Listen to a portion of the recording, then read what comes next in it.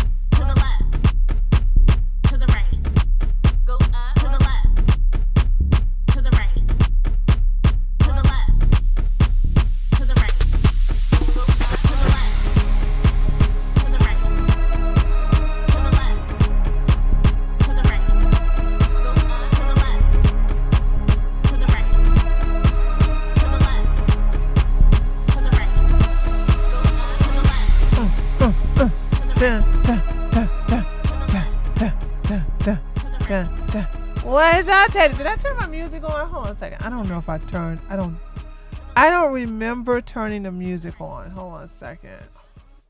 Hold on. Nope, it's not turned on. And here we go. Woo! Child. Let me tell y'all something. I love naps. I wish I could take them every day. I do. I wish I could take a nap every day, but I can't. I don't have the time. So it is what it is. Okay, so let me see. Got my chat over there on treeoflogic.com. Let me enlarge you guys over there. Yeah, I did not feel like, listen, I'm getting to the point right now. I'm already in that headspace that if I have to choose between doing politics or even this channel and go to the gym, I'm going to go to the gym. Now, that was where I went wrong. That's where I went wrong when I got into politics. I would say, oh, I got to go to the gym, but I got to sit here and do all this research for this particular video, blah, blah, blah, blah. Oh, by the way, I have not been on Discord. So if you guys sent me Discord message, I haven't been on Discord in 2 days, I think it has been. So, oh shoot, I'm also on Twitch. Hold on a second. Let me get that behind me.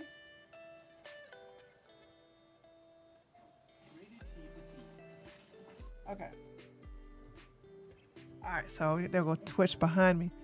So I haven't I haven't been on Discord, but I'll probably be there tonight after that. So, alrighty. Damn, if I knew you were going to react to this, I wouldn't have watched the video. Now, you know the Taters was going to tell me who does. First of all, I like Swoop. You know what I'm saying? She cool. She alright. Okay. She a little lip-tard though. Okay. I'm not down with her like that, but you know, she can get a little lip-tardy with the whole, I must respect the pronouns and this, that, like she kept referring to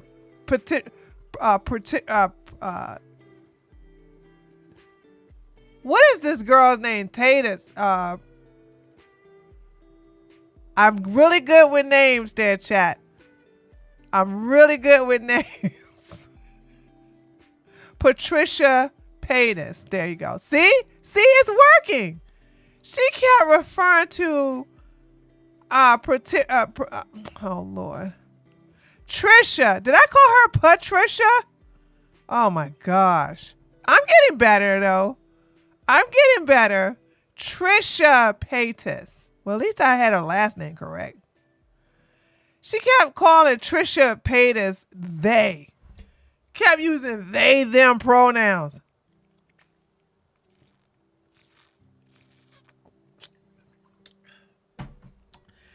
Because Trisha said that she is trans. And I'm like, oh my God, you really taking that heifer seriously? Clearly she's a woman.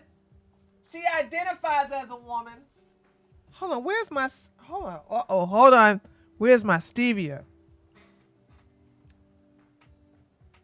I got my soda here, ladies and gentlemen. I'm trying to like, where is my stevia? Oh, where's my stevia? Oh my God. Oh no. Oh no. Oh no. No. Hold on, chat. We have a crisis over here.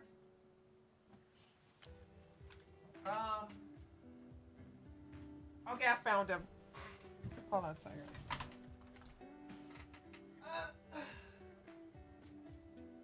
Woo! Cha!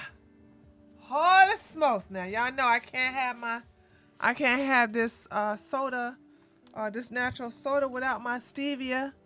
That's just crazy. What's wrong? What the heck? That's right.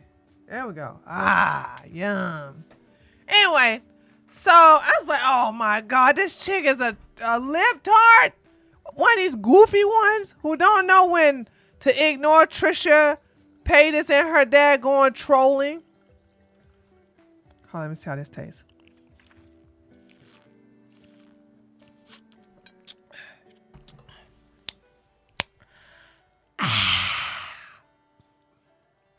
All right, guys. But before we go in, we got one video from, I didn't want to get 2 or 3 because we tend to spend a while on these videos where we get no, where is it? No, where is it? Where we get Donovan Sharp and his baby mama wife.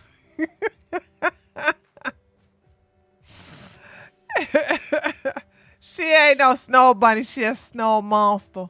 Okay. All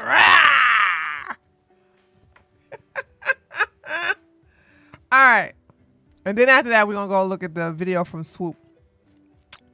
So yes. So thank you, whoever that was that told me about it. Believe it or not, I didn't even write it down. I was like, somebody told me that Swoop made a video because I'm subscribed to Swoop, but I don't get not one recommendation, not one. I don't get any recommendation. I get no updates when she upload a video, nothing from her. So apparently YouTube don't like me. Nikki Wonderful. Dirty Foot Pearl looks like a potato sack in that thumbnail. Hi, Tree. Love you back. I like that Dirty Foot. Dirty Foot. Get on your dirty foot. Jeez Louise. Anyway. What's going on over there, my Kick? Hey, Kick. Who over there? There go Spirit Plant. There go Peanut Fairy. I saw... Who it was that I saw dancing the most earlier? Where'd he go? What happened? Did you... Sun Dormant, what? Hold on. I know I ain't going crazy. Oh, there you go. Luger Storm. There you go. Luger Storm. So, and of course, that Shizzle and Sun Dormant. All right, so let's go ahead and get into this, and then we're going to go ahead and watch the Swoop video.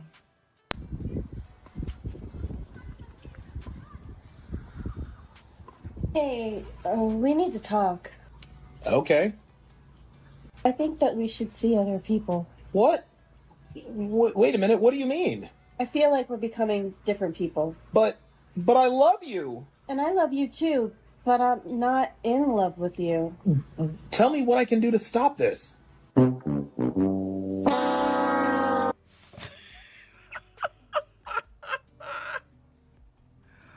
don't even think women say we should see other people. Do they? Hold on, help me out. Ladies, do... Because let me tell you, I told you, guys, that one time I tried to break up with an ex-boyfriend of mine. And I said, you know what, this isn't working. I said, we should break up. I think we should break up. And he was like, no, I don't support this. I don't think we should break up. He said something like it was at a court. He was like, I object, or something to that factor. Like, no, I don't agree with this, or something like that. And I was like, what? In my head. He was like, no. He was just like, no. He was like, no, we're not going to break up. Now, I just want you guys to understand, I practice what I preach. And this particular boyfriend was 6'7", very, very big, muscular type guy, right? And I wasn't trying to like die that day.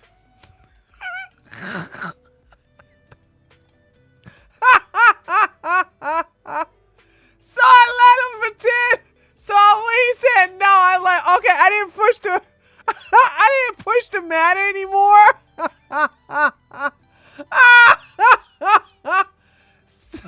So I was like, all right. He's like, no,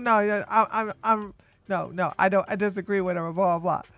And then a week later, he's like, I think we should break up. I was like, for real? You want to break up? Okay. I'm going to miss you. But because he says it's such a fragile ego.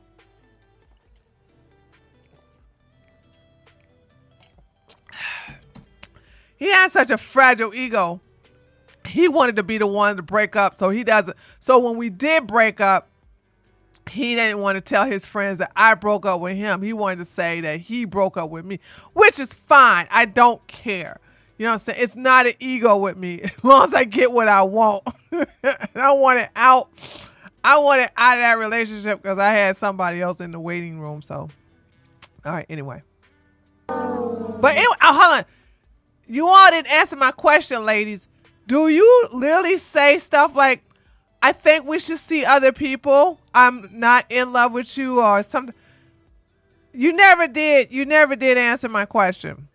Which one of you ladies do this?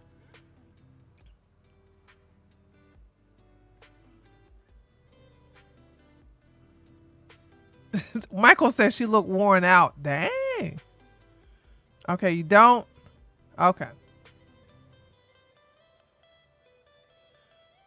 All right. Okay. All right. So look like, once again, Donovan Sharp don't know nothing about women. Hey, we need to talk. What's up? I think that we should see other people. I'm sorry. I don't mean to hurt you. No. There is no need for you to be sorry. There isn't? No, there isn't. The truth is, I've kind of been feeling the same way for a while. What? I think we should see other people too. Really? Women do not react like this. If she wants to see other people, she gonna be relieved like you. 100%. I've been wanting to talk to you about this for a while, but I just needed to wait for the right time. Okay, no one does this. See how fragile their egos are, ladies? When she brings up the fact that she wants to see other people, and he goes, whew, thank God I do too. She's going to be upset? Really? That happens in never, ever, ever, ever land. What are you talking about? I'm so glad you feel the same way I do, and I'm glad you brought it up. Whew, I feel so much better now. Yeah, me too. Listen, I've had a great time with you, had a lot of fun. I have no regrets. I wish you the best. Okay. Okay. Girl. Okay, girl. No one acts like this. No. You too. And maybe I'm projecting because, like I said, when one of my exes, when I tried to break up with him, and he was like, I object. We're not breaking up. No. And then a week later, he's like, I think we should break up. I did not go, no. What's going on? No, don't leave me. I was like, oh, okay. I'm going to miss you. Yeah, I think it's for the best, blah, blah, blah. What? I don't want you to be in a relationship no more. So why am I going to be miserable?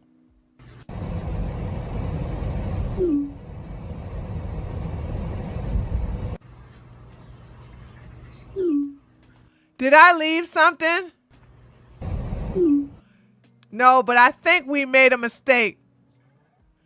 Oh, God.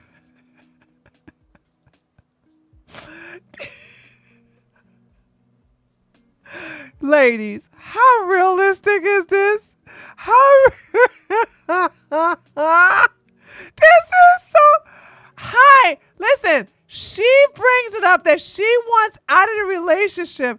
He agrees. He goes. He's in the back of the Uber. She's going to text him and say, no, I think we made it. But see, this is what happens when you deal with a bunch of women that's on drugs. Every woman, I'm not making this up, right? Because this is from Donovan Sharp's own mouth, okay? Every woman he has ever dated and ever fell in love with had an addiction, okay? Okay? So I want you to know that when these women who have it, because Devin had an alcohol problem, right? She had an alcohol. He should have picked better.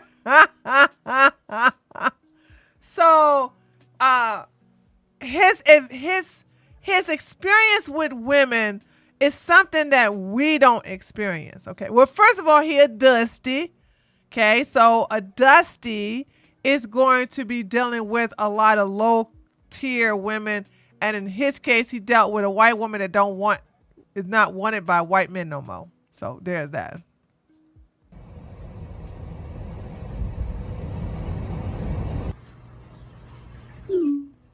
Huh? I don't want to break up. We just did, and it should stay that way. This is so unrealistic.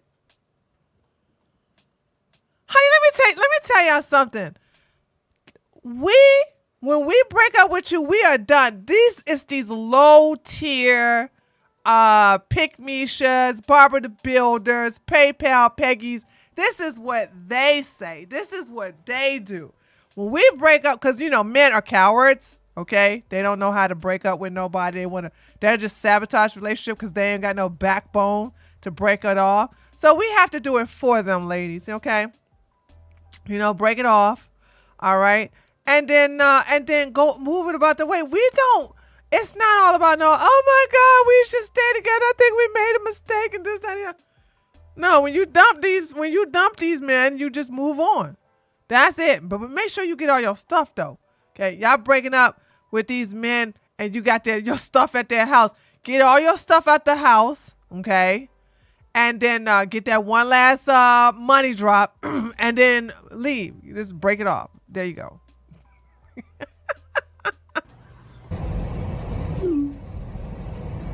Why? Okay, so she says, I don't want to break up. Crying emoji face. We just did, and it should stay that way. And then she goes, why?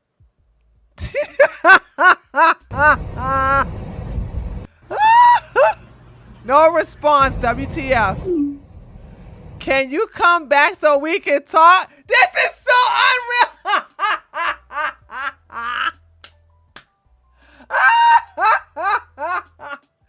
Can you please? Hey, Dusty. Hey, Dusty, I haven't sneezed in a long time. Can you come back? And so I can start using my tissue to blow my nose again because I haven't been sneezing at the dust. I miss the dusties and the dust over here. I got a super chat. Christian, thank you so much for the $6 euros.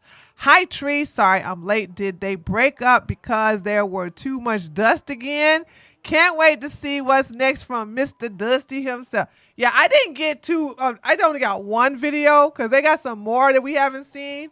But I'm like, I think we're just going to reply to one before we go into the main event. So there's that.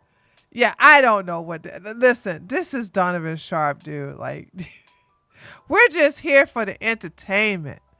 These scripts are so out of touch, so unrealistic, and he doesn't have really experience of dating women with self-esteem who are not addicted to meth, crack, or alcohol. So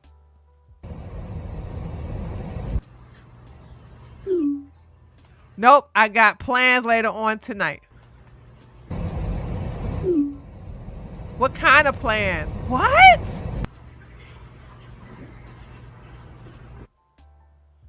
Realizes she effed up. In what universe? What? What universe is this? What universe is this? Where she realized she effed up? Girl.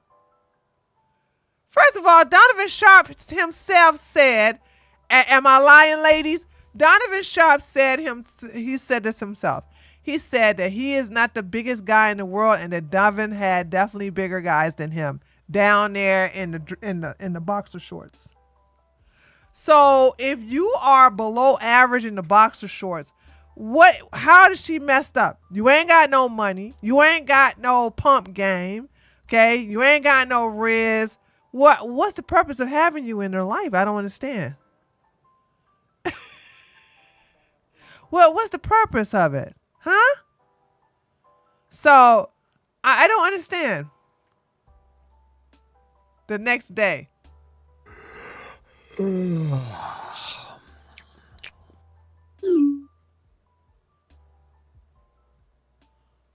What am I looking at? Are we supposed to believe? Hold on. Are we supposed to believe that Donovan Sharp just got out of bed and all you see is this girl's feet?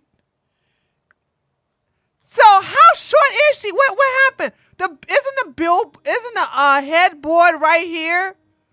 So if the headboard is right here, why the feet way up here? Like, what's this girl? 3'11"?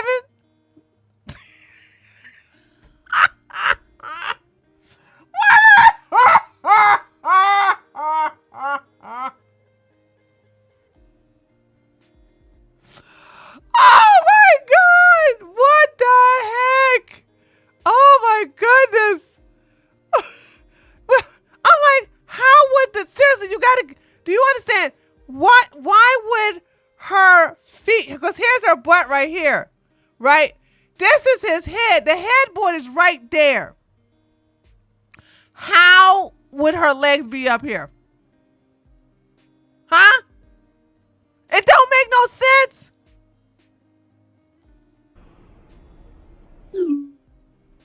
Good morning. Hey, morning. Wait a minute. Hold on, girl. Wait. Who wakes up with all this eyeshadow? Look, I swear to God, it looked like a mortician did her makeup. I'm not being mean. But who wakes up in the morning with all that stuff on her face? lipstick, eyeshadow, makeup, foundation, blush. Girl, also eyeliner on your eyebrows. That's how you woke up? Huh?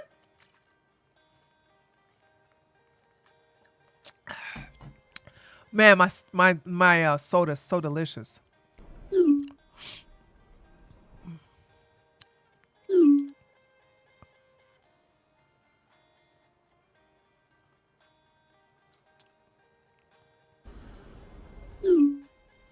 I left my iPad, so I'll be there at 3. Okay.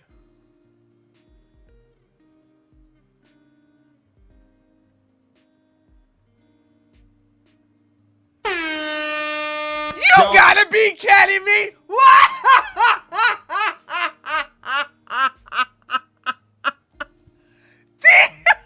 These dust mites! Holy smoke! This is I bet you, look. I bet you all the Tyrones and Pookies are all in the comment like, yeah, man, that's how you gotta treat these bitches. That's how you gotta treat them. You know what I'm saying? That's how you gotta treat them. You gotta show them who boss. You know what I'm saying? Because I keep me up some women. You know what I mean? Oh, God. Oh, my God. Oh, my God. Give me a break.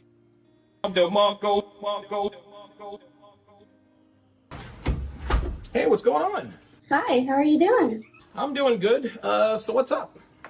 I think we may have rushed into the breakup. I thought we both felt the same way. I don't know. Something changed, I think. Girl. And this is how you know, like he said, he got her these bigger things. I know her back, but also her back got wider because of these ginormous boobs that he got just specifically for his audience. But it works. Men are stupid enough like that. You know what I'm saying? You know, they look at big boobs and go, mama. Well, to be honest with you, I don't think I'm ready to jump back into anything serious right now. Okay, I get it, but can we at least try again? I'll think about it, but if we do, we're going to take things very slowly. Yes, of course. Whatever you want. You win.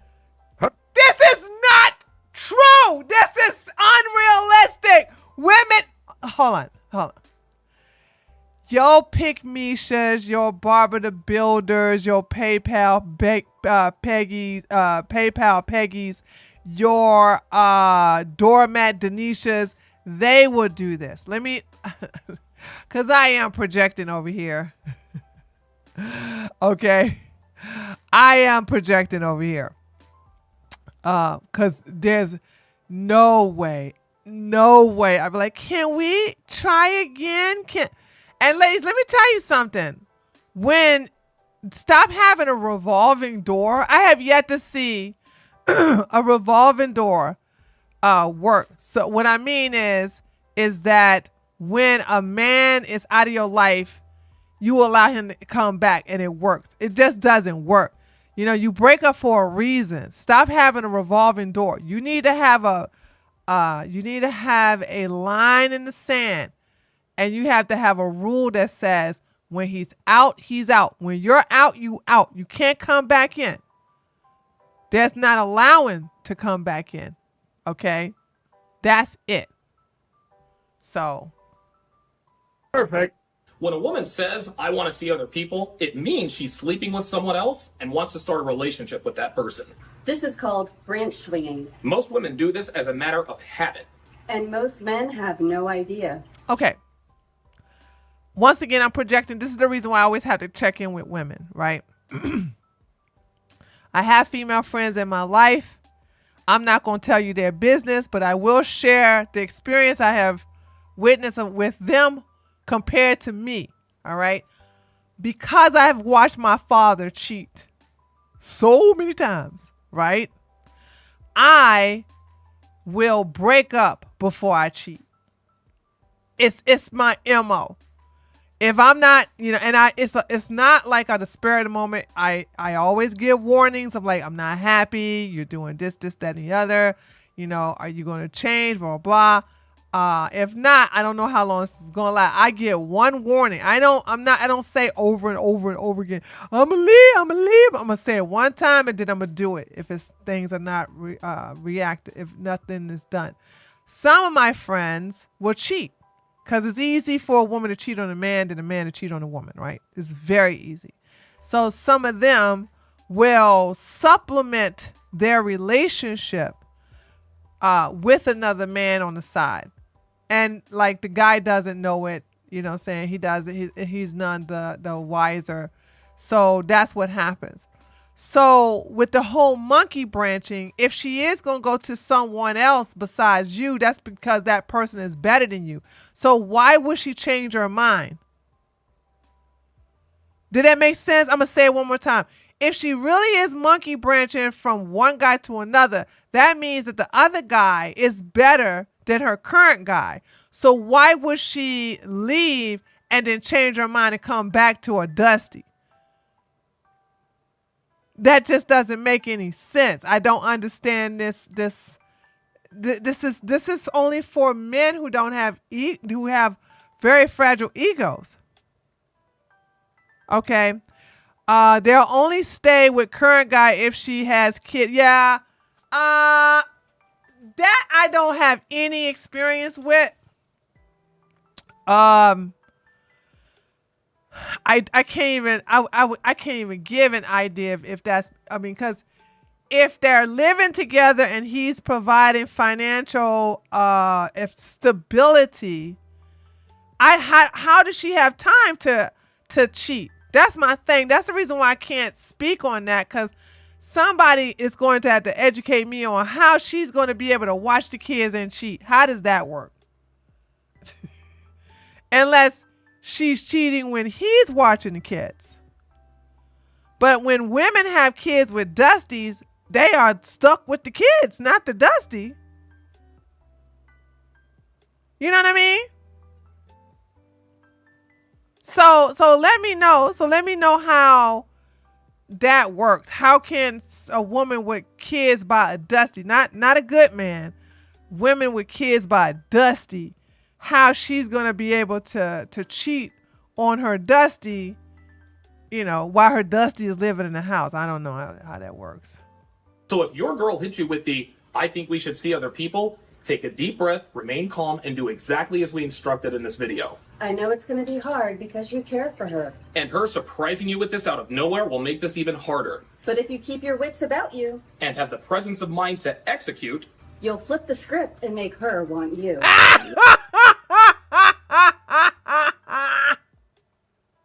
You are coping and seething. Why? You just can't accept what you're saying. Yes, you're coping and seething.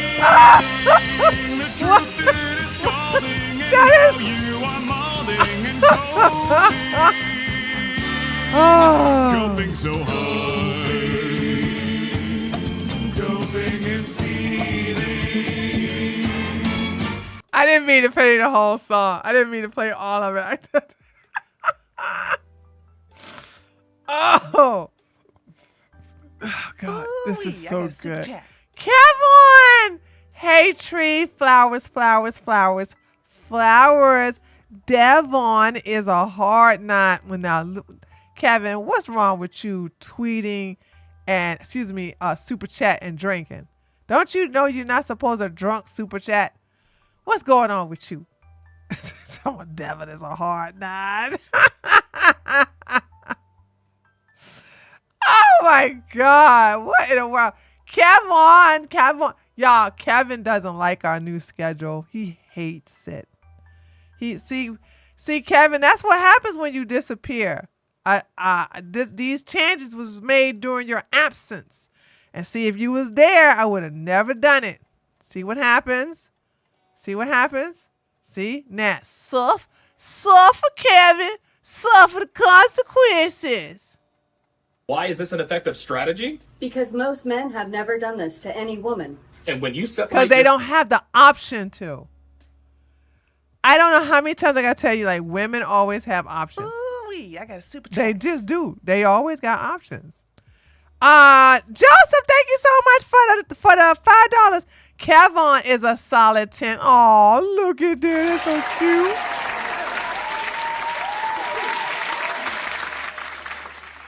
That you gave Kevin a hard 10. And look at him crying in the chat, telling me something. I hate this time so much. I hate it so much. I hate this time. I hate it. I had to cry harder. Hold on, but make sure you cry in some tears. Make sure you cry in a cup, cause them Kevin tears are delicious. For most men in this way, And indirectly imply that you are seeing other women. her attraction for you will skyrocket. Is this manipulation? What? No, this has never worked ever. Maybe. Maybe not. But we do know this. Women have done far more insidious things in their relationships. And that's the stuff we actually know about. So guys, don't feel bad about flipping the script here. Because trust me, women have done far worse for much longer. Oh my God. Oh, every woman is a cheater. Every woman is a bad. Every woman is awful. Women bad. Well, go gay. Okay? If women so bad, go get some ding ding. Or ding-a-ling. Okay? Just leave us alone. Okay? We good. We don't need you. And by the way, you will never commit to her again. And why not? Because she cheated on you. And how do you know this? She suggested seeing other people. Which means what? She's already seeing other people. Okay. So I told you maybe I'm projecting. But if I'm going to cheat, I'll break up. Okay? If I'm going to cheat, I'm going to break up. That's all. But other women don't do that. Other women just go ahead and cheat and they don't let you know about it, right? But and I don't even know what the percentage of that was. I saw Chad scientist Mac do a video on what makes women cheat versus men cheat. And I can't even remember the results because it turned out totally different than I expected.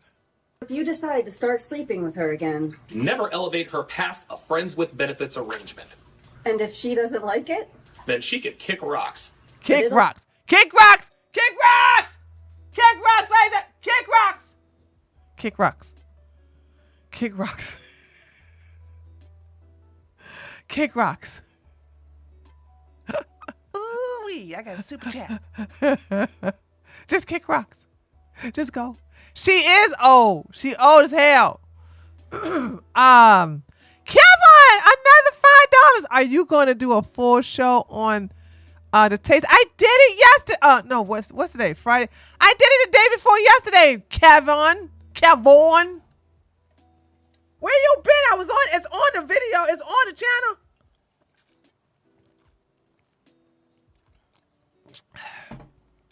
I did it on Wednesday. Thank you, Christian. I did it on Wednesday. it'll be a while before she actually leaves. So enjoy using her for bedroom fun. OMG, that's so unfair. All's fair in love and war. And don't forget, she cheated. I gotta see who is believing this. But if she says something like this, it means it's done. Taking her back is pointless. We need to have some self-respect, brothers. Drizzle. She says, loves you with a deadpan face. So funny, I'm doing the same type of texting as I'm watching this video. No, you're not. So funny how Donovan acts a feminist simp. Okay, that made no sense. These skits are great. Yeah, the skits are funny, by the way. I like them. I like the skits.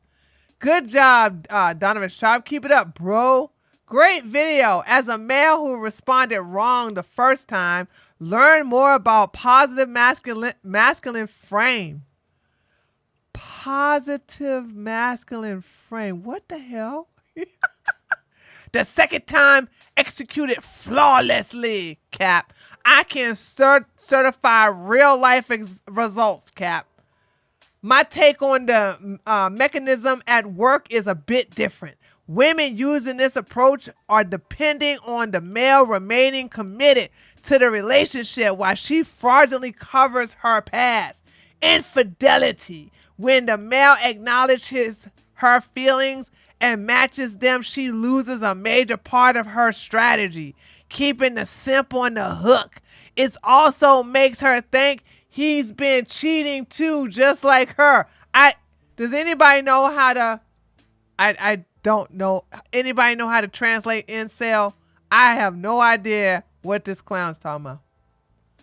This was great. Okay. Damn, being this direct on how women are is almost too disruptive in the hive mind of most men, but refreshing. Ain't nobody men marching this. Women like myself are looking at this and Harper, who this woman?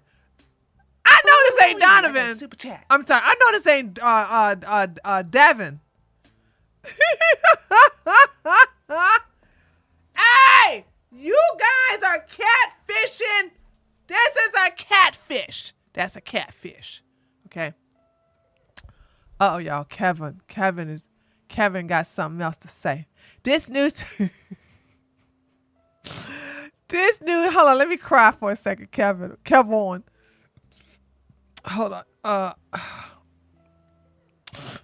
This new schedule is like seeing an R-rated movie at 3 in the afternoon.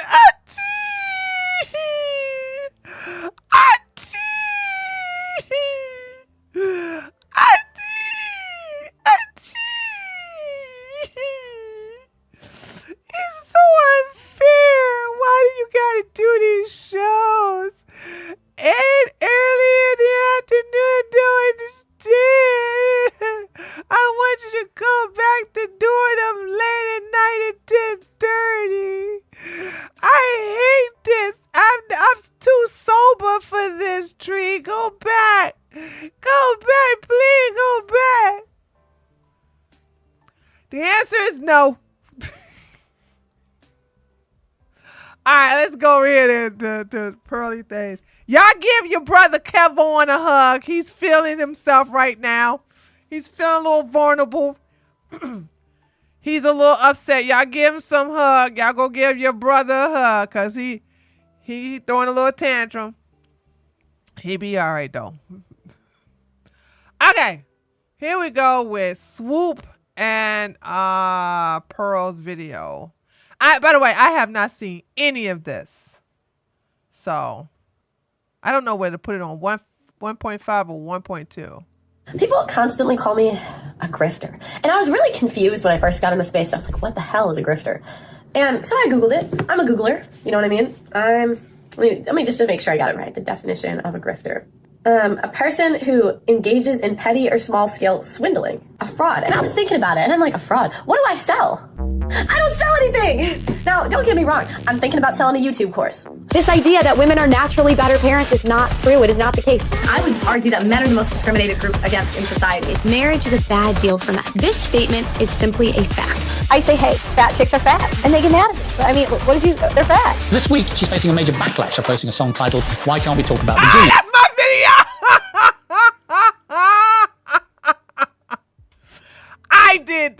I did this. They put my video. That's what I'm saying, y'all. F you, Swoop. I bet you she got a lot of my stuff up here in her video. Joseph, thank you so much for the $5. Hashtag team tantrum. I miss late night with Tree. Yeah. Well, the only way I'll go back to nights, like I said, it's not even etched in stone, guys. This is what, the second week? This is the second week? Ooh-wee, I got a super chat. Christian, 249, a super chat in support of the new schedule. Thank you, Christian.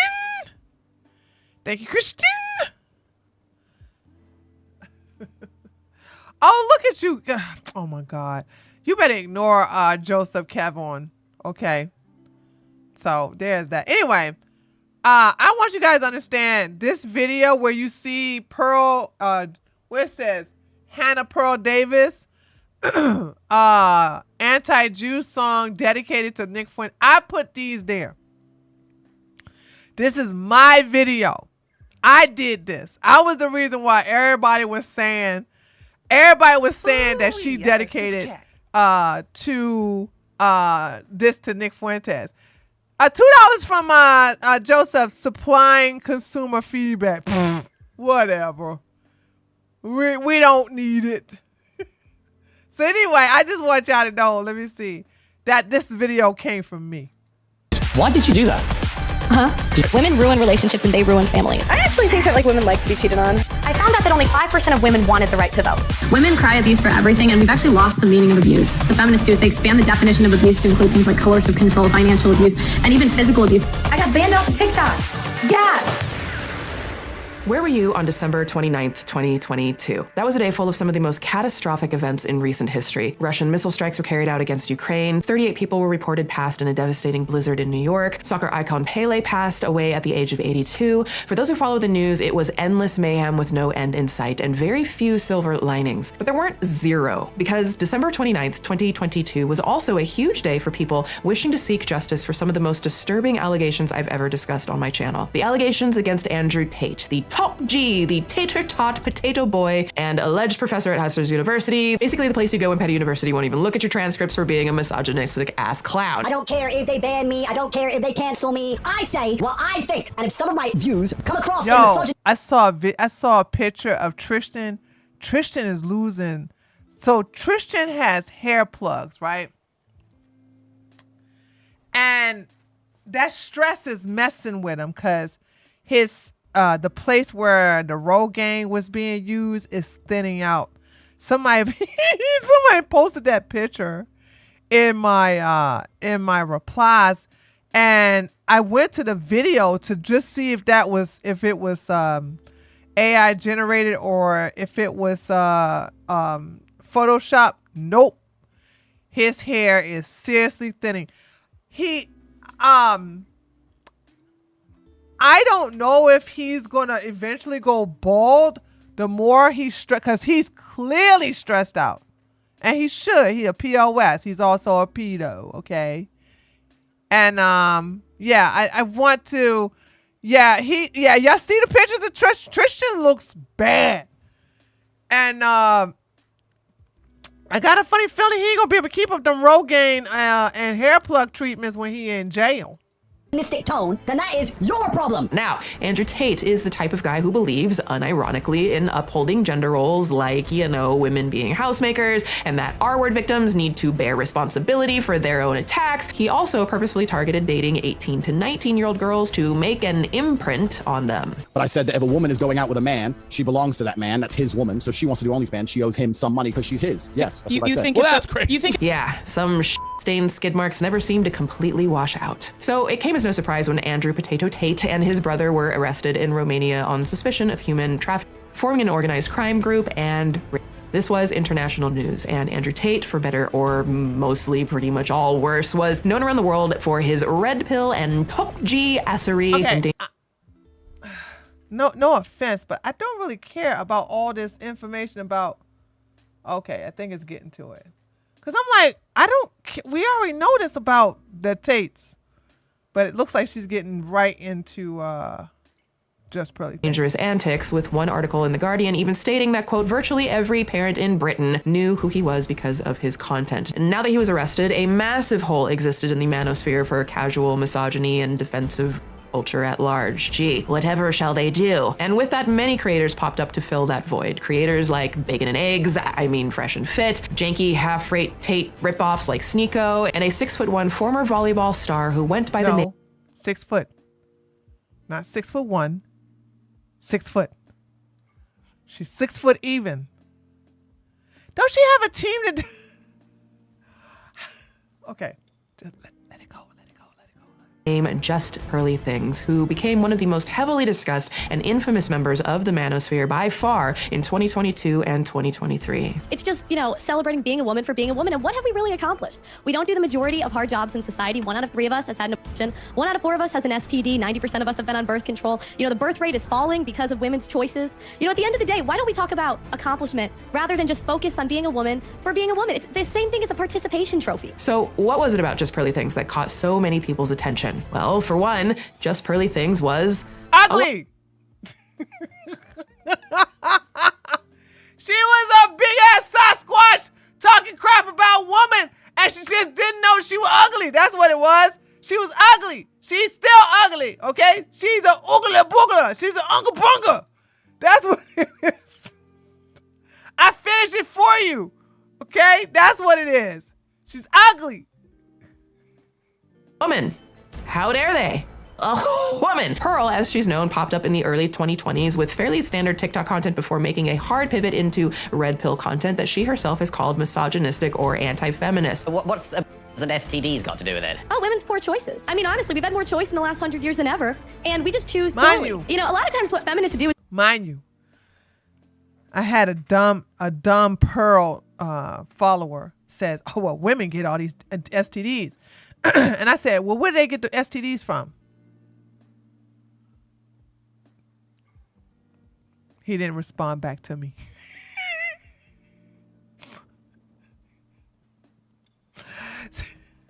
See, here's the deal.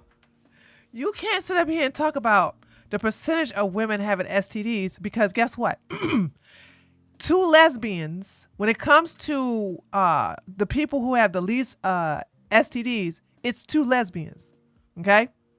2 lesbians. If you want to know the couple that has the highest STDs, it's 2 gay men. So, in order for a woman to have STDs, she would have to get it from a man. 99% of the time, she is getting it from a man, okay? So you can't sit up here and talk smack about women and then exclude the men. That's what Pearly does, okay? Because Pearly's a pick-me. She wants to get picked. She wants people to sit up here and say, I know I'm not attractive, but I'm going to start saying your talking points so y'all can pick me, please.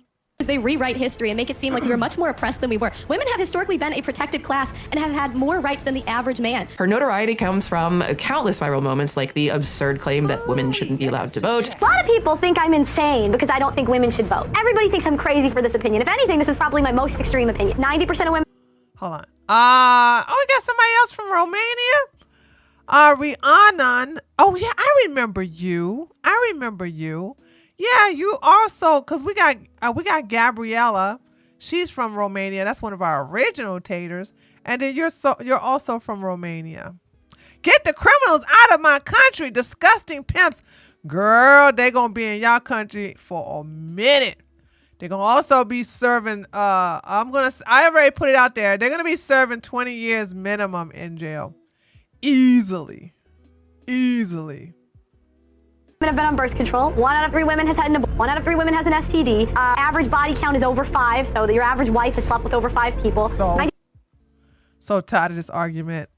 Like, men who don't get no poom poom, always worrying about women and how many body counts we have. Stop worrying about us because you ain't never gonna be one of our body counts. So there. 95% of women are not virgins on their wedding days. So I understand the complaint. Or that her being compared. Thank God. To Andrew Tate is a compliment. Right, Paul, you'd be called the female Andrew Tate. How do you plead? Well, I take it as a compliment. You know, I'm a fan of Andrew Tate. Or that women who aren't virgins are bad. Big, big, big bad, because women are supposed to be better at that than men, which is purity. By the way, she's not a virgin. And that a woman who isn't a virgin on her wedding day is just as bad as a man who cheats, even though Pearl herself is not a virgin and isn't married. But, you know, the rules for thee and all. Pearl is so extreme that even Michaela Peterson, the daughter of right-wing figurehead Jordan Peterson and the architect of the carnivore diet where you only eat red meat and nothing else, thinks she's awful, okay? Yeah, there's gonna be a few more added to that list, yeah. But how did we end up at a point where Andrew Tate, but female, was even something that could make a splash on the internet? Why should we care? And more importantly, as you'll see in the very last lines of this very video, how the hell did Pearl become the very thing she hates so damn much? And this is what we know. Are we gonna get something we never seen before?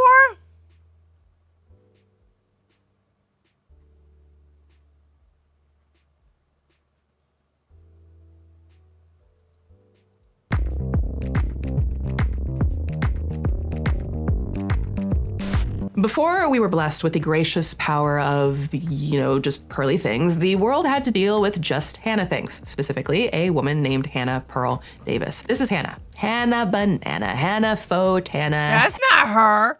That's not her. That's her sister. Named Hannah Pearl Davis. This is Hannah. Hannah. That's not her. Oh my God, dude. Who does the work for Swoop? This is her sister.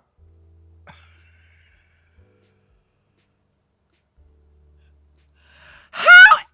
So that's two mistakes I seen. First, she didn't even know the height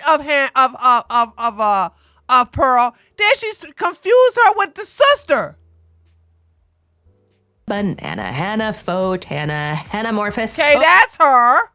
Oh, Hannah. Hannah grew up in Chicago alongside 9 siblings in a 10-bedroom house. A 10-bedroom house is massive. That's all I gotta say there. Yeah, well, it's a funny story. I grew up with 6, and I was the second to 6. I was the oldest girl. My mom actually got pregnant when she was 17, and from my dad, and they gave that kid up for adoption. They ended up getting married like 5 years later, but he grew up, and then I didn't know he existed till I was 22, and then we like reunited with him, and now like he comes to family stuff and whatever. And then they adopted 3 teenagers, and then there was a kid on my brother's football team that was homeless, and so it was kind of like The Blind Side. If he was Chaz, they adopted him, and so then it was 10 total. If you know anything about real estate, especially in major cities, you could probably deduce that a 10-bedroom house does not come cheap. Couple that with the fact that her parents are super successful software titans who founded the multi-million-dollar company Davisware, and you start to get a clear picture that Hannah was raised in a position. What's up, Miss Davis? How you doing with your simp husband? Oh my goodness, you are our shero. What's up, girl? You are our she-ro. Of privilege. Something you could actually see in her oldest, less Pearl's repugnant mom content, over which of here. course has, all been removed from the internet. Now, this clip was showing her parents' new water slide, and I'm not talking about one of those little slides on the side of a pool. A water park in Illinois that had a water slide that actually paralyzed a guy. And my parents actually saw that the water slide from that park was on sale, so they actually bought the water slide, and this is what it looks like. And here is the side view. So like, if you want to hear the full story about how the town actually didn't want us to put the slide up.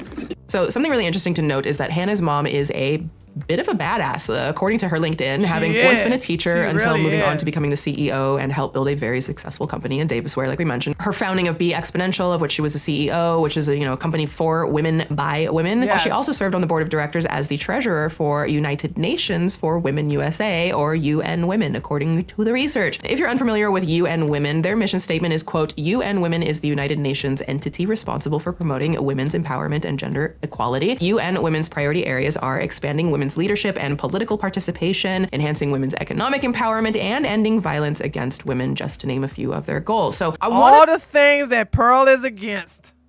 Say it again. This is Hannah Pearl Davis's mom. Yeah, she doesn't like her mom though. She doesn't like her mom because she'll never amount to be anything close to her mother. She knows that she will never be loved like her mother. She'll never be known or revered like her mother. She'll never make an impact in the world like her mother. So that's why she hates her mama.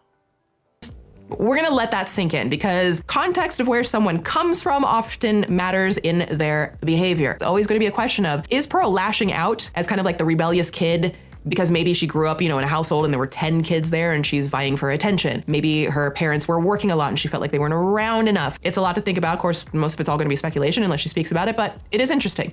The industries that women run are the industries we complain about. So healthcare is mostly women. We're always complaining about how healthcare is not there to help you. She never had any fashion sense. Look at this dress.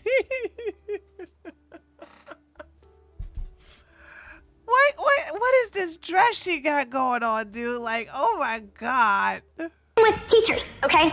colleges, the institutions run by women, we all complain about. So, one, the teachers are these single feminist women that don't have kids of their own, so they just try to indoctrinate yours. That's not true. There's a lot of teachers that have kids on their own, so there's that. You just made that up. Digging further into her parents for many obvious reasons, but I will say that Pearl does have a long-standing track record of praising her father for his accomplishments, And while only her father. constantly disparaging her mother's professional accomplishments for the sake of positioning women as lesser than beings, so that she can then continue this very false narrative that men are the superior being in all facets of life, especially in business. Right. I grew up in a family business too, so my dad hired people all the time. Like, he had over 200 employees. Wasn't your mom the president? Was she the leader of the company? What was you're researching my family now, huh? Well, that's all public. No, my mom, I mean, I don't know what they titled it. Like, I don't Your think mom they was really the president, I believe, but yeah, based on the I mean, interview they might have titled it one thing or another. They wanted to get some grant, so I think like they might have had her, like they did that to get some grant from the government or something. I don't remember. Yeah, is that a crime? Yeah, you probably shouldn't say that on air. Trying to find out that she just said that because she didn't want everybody to know how badass her mom is. They didn't want to know. She kept downplaying the significance of her mom. If I was Pearl's mom, but you know, Pearl's mom is white, and white people tend to be a little tolerant, and they tend to keep bad people around them, thinking they're gonna change. You know what I'm saying? I would have got rid of that heifer a long time. I would have cut her out the wheel. I would have been like, you on your own. Don't you come over here for nothing. And if my beta husband gave her any money, then he'd be out the door too. So, fiddly-dee! Anyways, despite what you may believe about Hannah or what she might even say in her content, she didn't always used to be this way. A woman on TikTok named Emily K came out earlier in 2023 with a series of stories detailing an alleged friendship, a best friendship at that, allegedly, that she had with Hannah from pre-K education all the way up until March 2022, which lines up pretty well with Hannah's transformation into just pearly things. As far as I know, Hannah has never directly commented on these videos from Emily, but considering the sheer amount of receipts that Emily has, including photos of them as, you know, both kids and adults, I'm inclined to take her word for it. So Hannah and I were friends from 2002 pre-K until last year when I stopped being friends with her. Imagine double-crossing a childhood friend like this. I just want you guys to understand. Imagine like you backstab a close friend like this that you had from childhood. You know, I had and I miss her too. I think about her every time, but I don't know her last name anymore. So there's no way I can find her, but I had a best friend from childhood. And then, of course, when my dad took custody of me, I lost all communications with her because she moved to another part of Washington, D.C. I think about her too. We were so close. And I know had she and I stayed in touch, we would still be close together to this day. You know, so that's why I always looked at this relationship like, yeah, you know, Pearl is POS. Pearl is a POS to do this to a childhood friend just over some money? Really? Even came to know my friend group here in Michigan when I was still in college and even tried to date two of them. Didn't work out. So they'll send stuff to me and I watch it because I just want to see what bullshit she has to say next. And I have a theory about this. Not that it's literally any excuse that she's doing this, because what she is doing, I can't even put into words how disgusting it is. But I've known her since 2002. I do not think she thinks that way. If she does, f her all over again. I don't care. But I don't think she does. I think she does it to rev people up and to get more views and to get more money. Now, to be completely fair to Hannah, people are capable of change, and especially of changing opinions, politics, allegiances, and so on. You know, the older we get, like if you're doing life the way I think it's intended, then everyone changes to some degree. In any case, after high school, Hannah went to Elmhurst University, a private religious university that costs over $50,000 a year to attend, depending on like how many kids are going there and like all the, you know, the added on things that you got to do, which is where Hannah started going by the name you know her by professionally, Pearl. This is also where she allegedly majored in economics and business administration and later received her master's in psychology. Now, that amount of education might be surprising to you, and it also raises a thing that I was just talking about this with someone else, of like psychologists are incredible, but also psychologists are human beings and can also have really alarming or f***ed up ideologies. And so it really matters to do your research. If you're looking to see a psychology or a psychiatrist or a clinician or someone to help you with mental health, please do research the people that you seek guidance from. That's all I'm going to say. Back to Pearl. That amount of education might be surprising to a lot of people, but Hannah is either very modest about it or very honest when she says that the only reason she went down those paths is because she thought that they would be easy and a way for her to keep doing the things that she loved. I was pretty goofy. I was very much about sports. So I did 3 different sports. I did volleyball, basketball, and I ran track. And that's pretty much all that mattered to me until I was like 21, 22. And I'm really family oriented. And speaking of those things she loved, while Hannah was at Elmhurst, 2 very important things happened. First, she spent her final 3 years of undergrad playing women's volleyball and doing a pretty damn good job at it, to be honest, from the looks of, her stats. And today I also learned that Hannah Davis is 6'1" and she could probably me up. 6 foot even! She's 6 foot even! Where do you get this 6'1" from? Up physically. So, Hannah, please keep the kills on the court. You're doing great. She's 6 foot even. I don't understand. It's even on the record. You just showed she's 6 foot even. Why did she say 6'1"? You trying to make the half of even taller?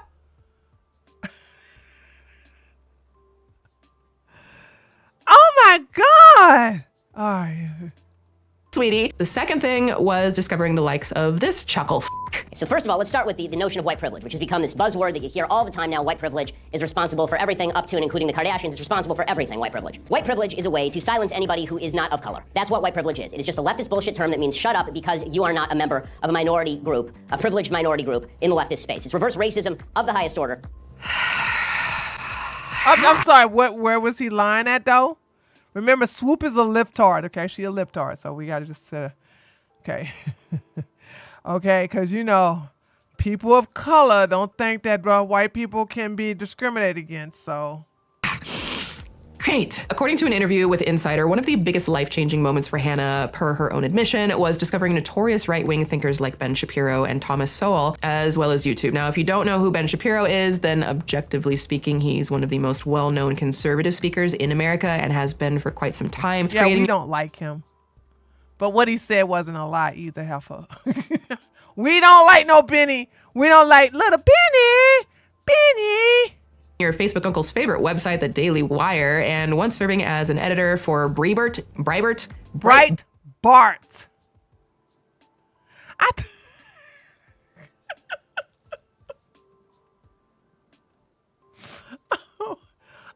Imagine me correcting this woman on how to enunciate words. I just want you guys to understand. I'm correcting her on how to pronounce words. I'm correcting her on how to pronounce a word. Okay? Breitbart News. One of those takes is going to be the right pronunciation. Hopefully. But none of that was what appealed to Hannah Rama. This was. Being transgender is about the bravest thing you can do. Yes. Why are we mainstreaming delusion? It's not delusion. Why would you call it delusion? God, I don't want to get into this right here. Okay, because what is this? Are we going to talk about how trans women can go to the bathroom with us and all this other stuff? Like, really? Oh my God, Seth. All right. Don't go looking for that account now, because other than the breakup quiz, one of the major things that Hannah did with her TikTok was, get banned and banned and banned and banned and then banned again and then banned again. I got banned off of TikTok. Gasp. 2 years. 2 years of work, 930,000 followers, and I have been officially banned. They've taken my account. But also, this poses the question. Whenever conservatives or red pillars try to spread their ideas on different platforms, why are we the ones that are banned? Yeah, she's not a conservative, though. Sorry to say, you look at the population of women out there, average emotional intelligence is about 14 years old, no matter how old they are in real life. Yeah, actually, I tweeted that, but I didn't think women matured past like 17 at best. That's pretty good. I think like the best are like 17, 18. I've been with a couple that were like 4 or 5. That's because you have a pedo fetish. You have a fetish for little girls. That's when you see old pot butt belly men like this say something like that, ladies, they just want you to be a child. See, a little girl to these men means more than the fact that she's untouched, quote unquote. It's also she's naive. She's not hip to the game. She don't really know herself. She doesn't have any limits. She can be easily manipulated and groomed. And also, she doesn't have anybody else to compare him to. That's the reason why they're, going for lower and lower to the point where they want to remove the age of consent. Okay? But it's not remove the age of consent so that older women can go for young boys. No. It's always for older men to go after young girls. Okay? Little girls. So, we've now arrived at the section titled Hannah Davis being a prescription for a little red pill that has a bitter taste and nasty side effects. First, what exactly do I mean by red pill? Everyone saw me getting red pilled on camera. That was how I started. It's a term that has been spread far and wide across the internet for a very long time now, but it's generally very heavily attributed to originating from the film The Matrix, where Keanu Reeves' character is given a choice between a red and a blue pill by Lawrence Fishburne's character. Y'all know the scene, you take the blue pill, the story ends, you wake up in your bed and believe whatever you want to believe. You take the red pill, you stay in Wonderland, and I show you how deep the rabbit hole goes. Honestly, y'all. So I've done a full Swoop doc on Andrew Tate. I've done Fresh and Fit, and now we're doing Pearl. And I honestly can't believe that these people's ideologies largely came from a fictional movie with characters that don't exist in real life. But to each their own. I'm sure they would just, refer to me lovingly, I'm sure, as that blue-haired bitch with too many opinions. So whatever. In short, the red pill is a metaphor for seeing the truth as it really is, or, some shit. Funnily enough, Hannah Baby isn't much of a Matrix fan though, so so to her, this is what red pilling actually means. What's funny? I've never seen that movie. I've heard this term, but basically it means men are told one thing about women and how to be. So they're be nice to her, treat her like a queen, da da da da. And women don't actually want that. We don't really like guys that put us on pedestals. I think sometimes we think we do, but we don't. And what? So it's.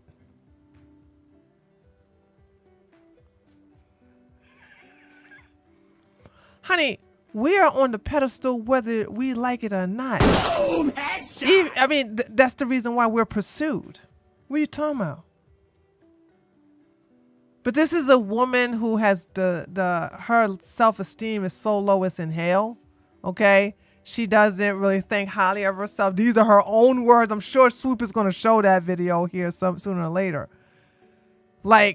Girl, yes. I love being on a pedestal. Hello. Women love being on it. If women didn't like being put on a pedestal, why would women put themselves in a position where they're seen, where they're constantly taking pictures of themselves, where they're constantly doing videos of themselves, where they're constantly being the center of attention? And no hate.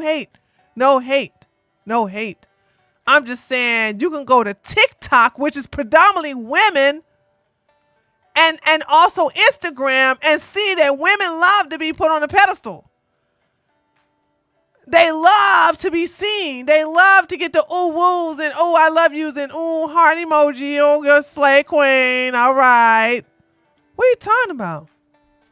Ooh, I got a super chat. Okay.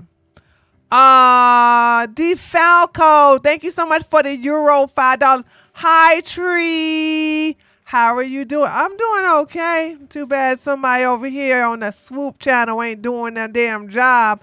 She don't know how to do her research, or whoever's doing the research for her are kind of messing up. But I'm entertained by the video so far.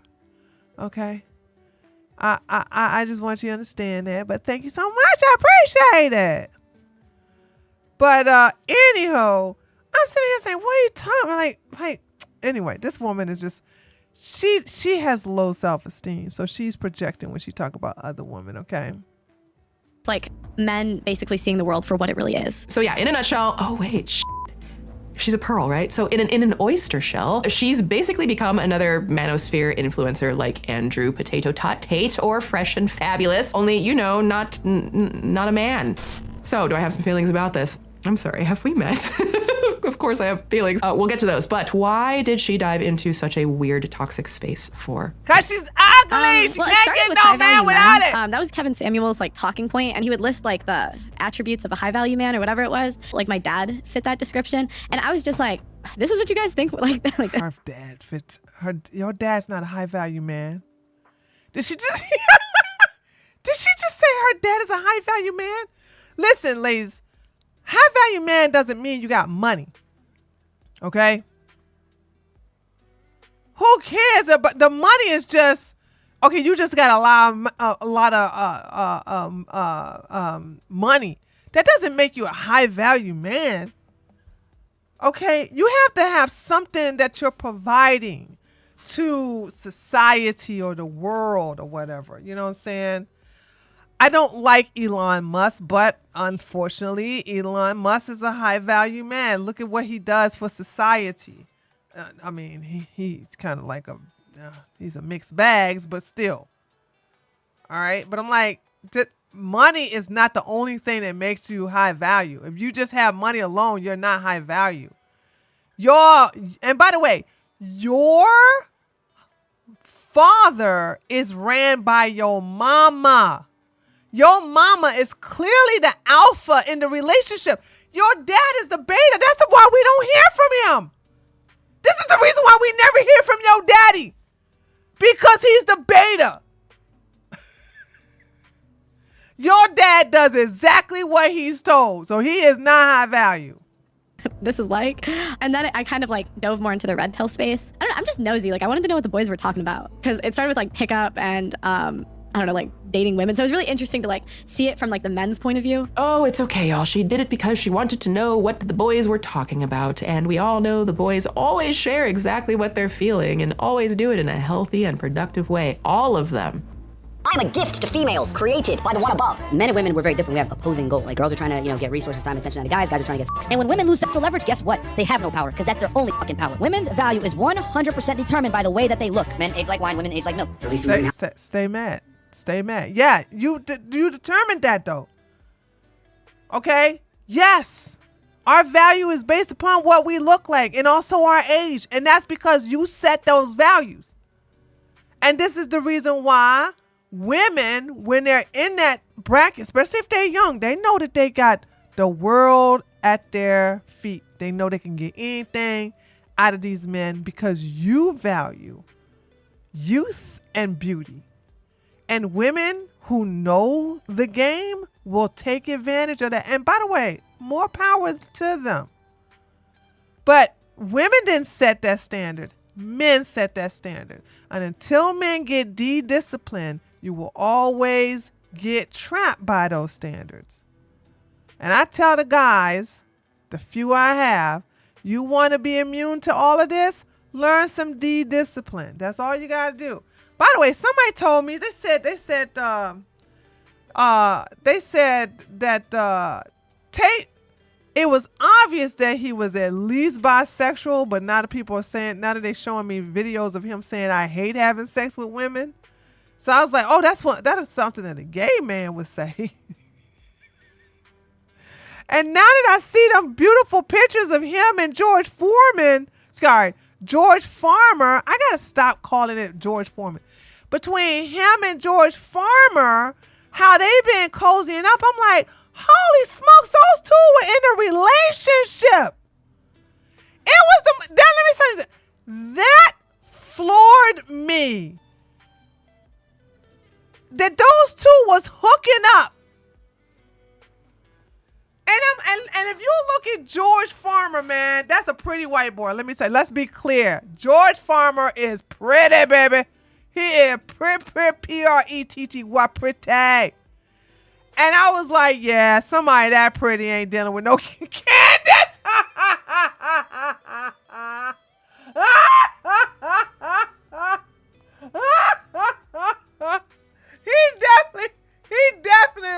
He is definitely messing with men, dude. Okay? That's a definite. Gases, please bring me pizza and make sure that these boxes are not recycled. I do not read books. I don't read books. And I don't vote. So no woman is special, but yet you guys have a whole podcast dedicated to how to get women. If you got a girl and she has an Instagram as well as maybe sexy photos of herself on the internet, that is cheating. I don't give a fuck what anybody says. That is fucking cheating. I will not administer CPR unless you're a hot female. By the way, just in case anyone is like tempted to think like, oh, Swoop doesn't, she's like anti-men. No, my closest, dearest friends, many of them are men. They are incredible. I love men. I don't understand the need to, you play these misogynistic men and you got to justify how you're not anti-men. That's not needed.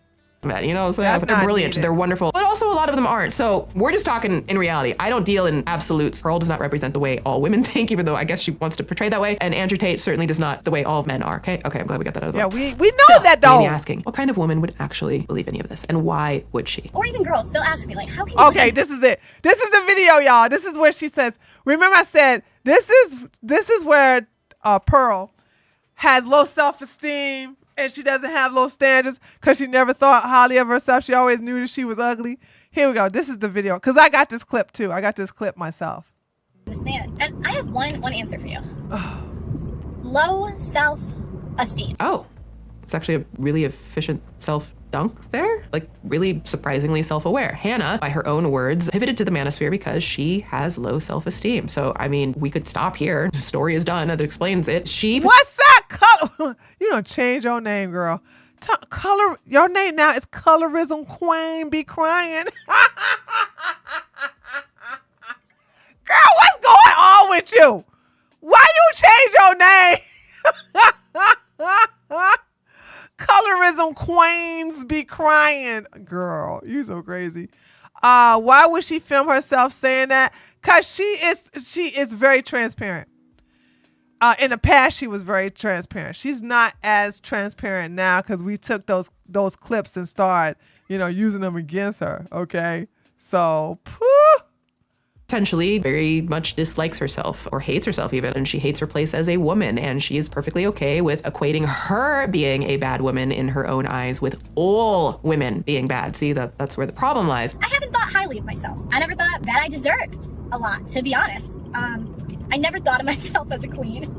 And I never thought of myself super highly. But at the same time, hold up, like what about some nuance, right? Let me take a quick perspective moment here as we do in a Swoop Doc and ask you a question. If Pearl got into the manosphere as a woman because she dislikes herself and has low self-esteem, as a woman, doesn't that more or less prove that much of the manosphere is literally designed to appeal to and prey upon impressionable minds who dabble in internal and external misogyny? Doesn't that highlight that the manosphere, which claims to not be misogynistic, which I cannot say that with a straight face, but they claim they're not, doesn't that kind of highlight that they're using tactics to target and deepen someone's dislike for women in order to grift a whole ass community? Because they say they're just empowering men, not women. It's just I don't understand. We know what they are. We don't care what they say they are not. We see the thing. First of all, we know they could never be successful without women. Okay. So all of their shows are dedicated to getting women, featuring women with OF pages, saying they are nothing without us. So we don't care if they're misogynistic. Fresh and Fit would not be in the position they are now as far as finances if it wasn't for the women they invited onto their platform.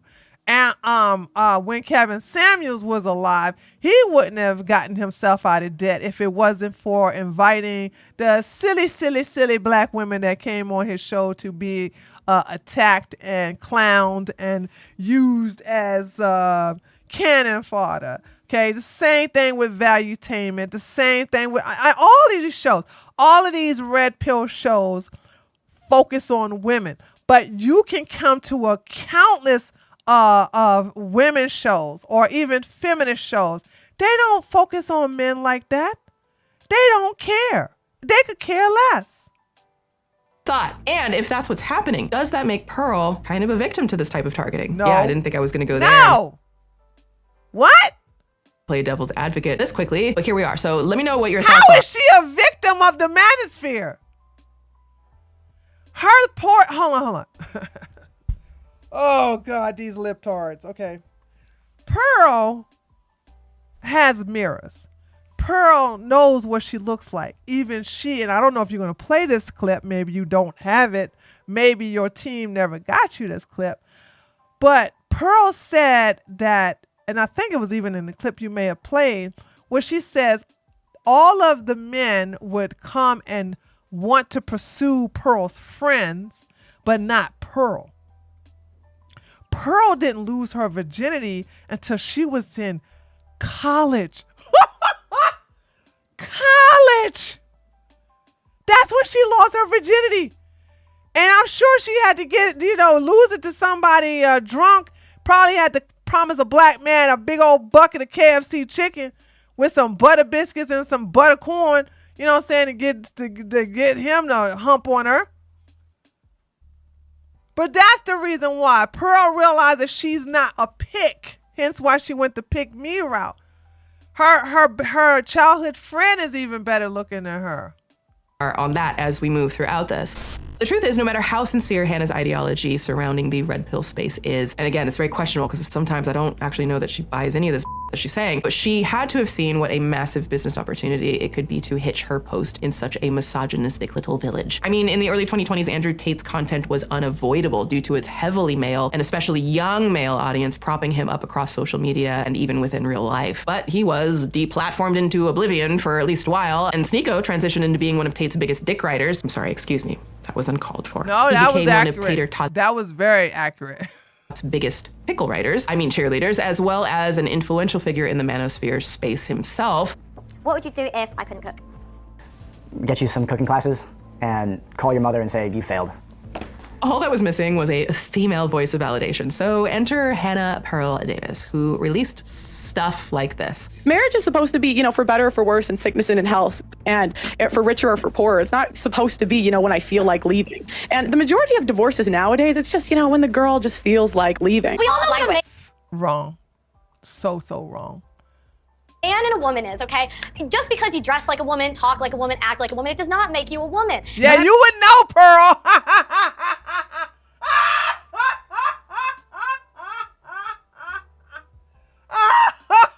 How she gonna give me that alley-oop like that? How do you...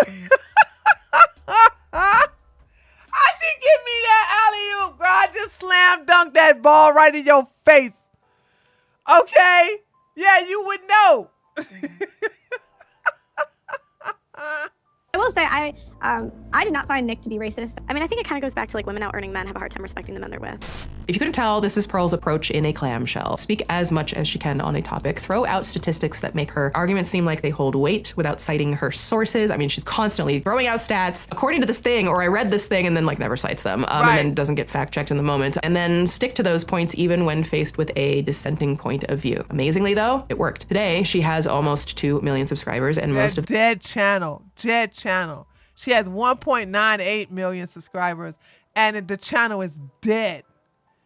I wish you guys stop looking at subscribers and literally look. Let's go there. She has a dead channel, a dead YouTube channel. Hold on a second. Let's go to hold on. Okay, right here.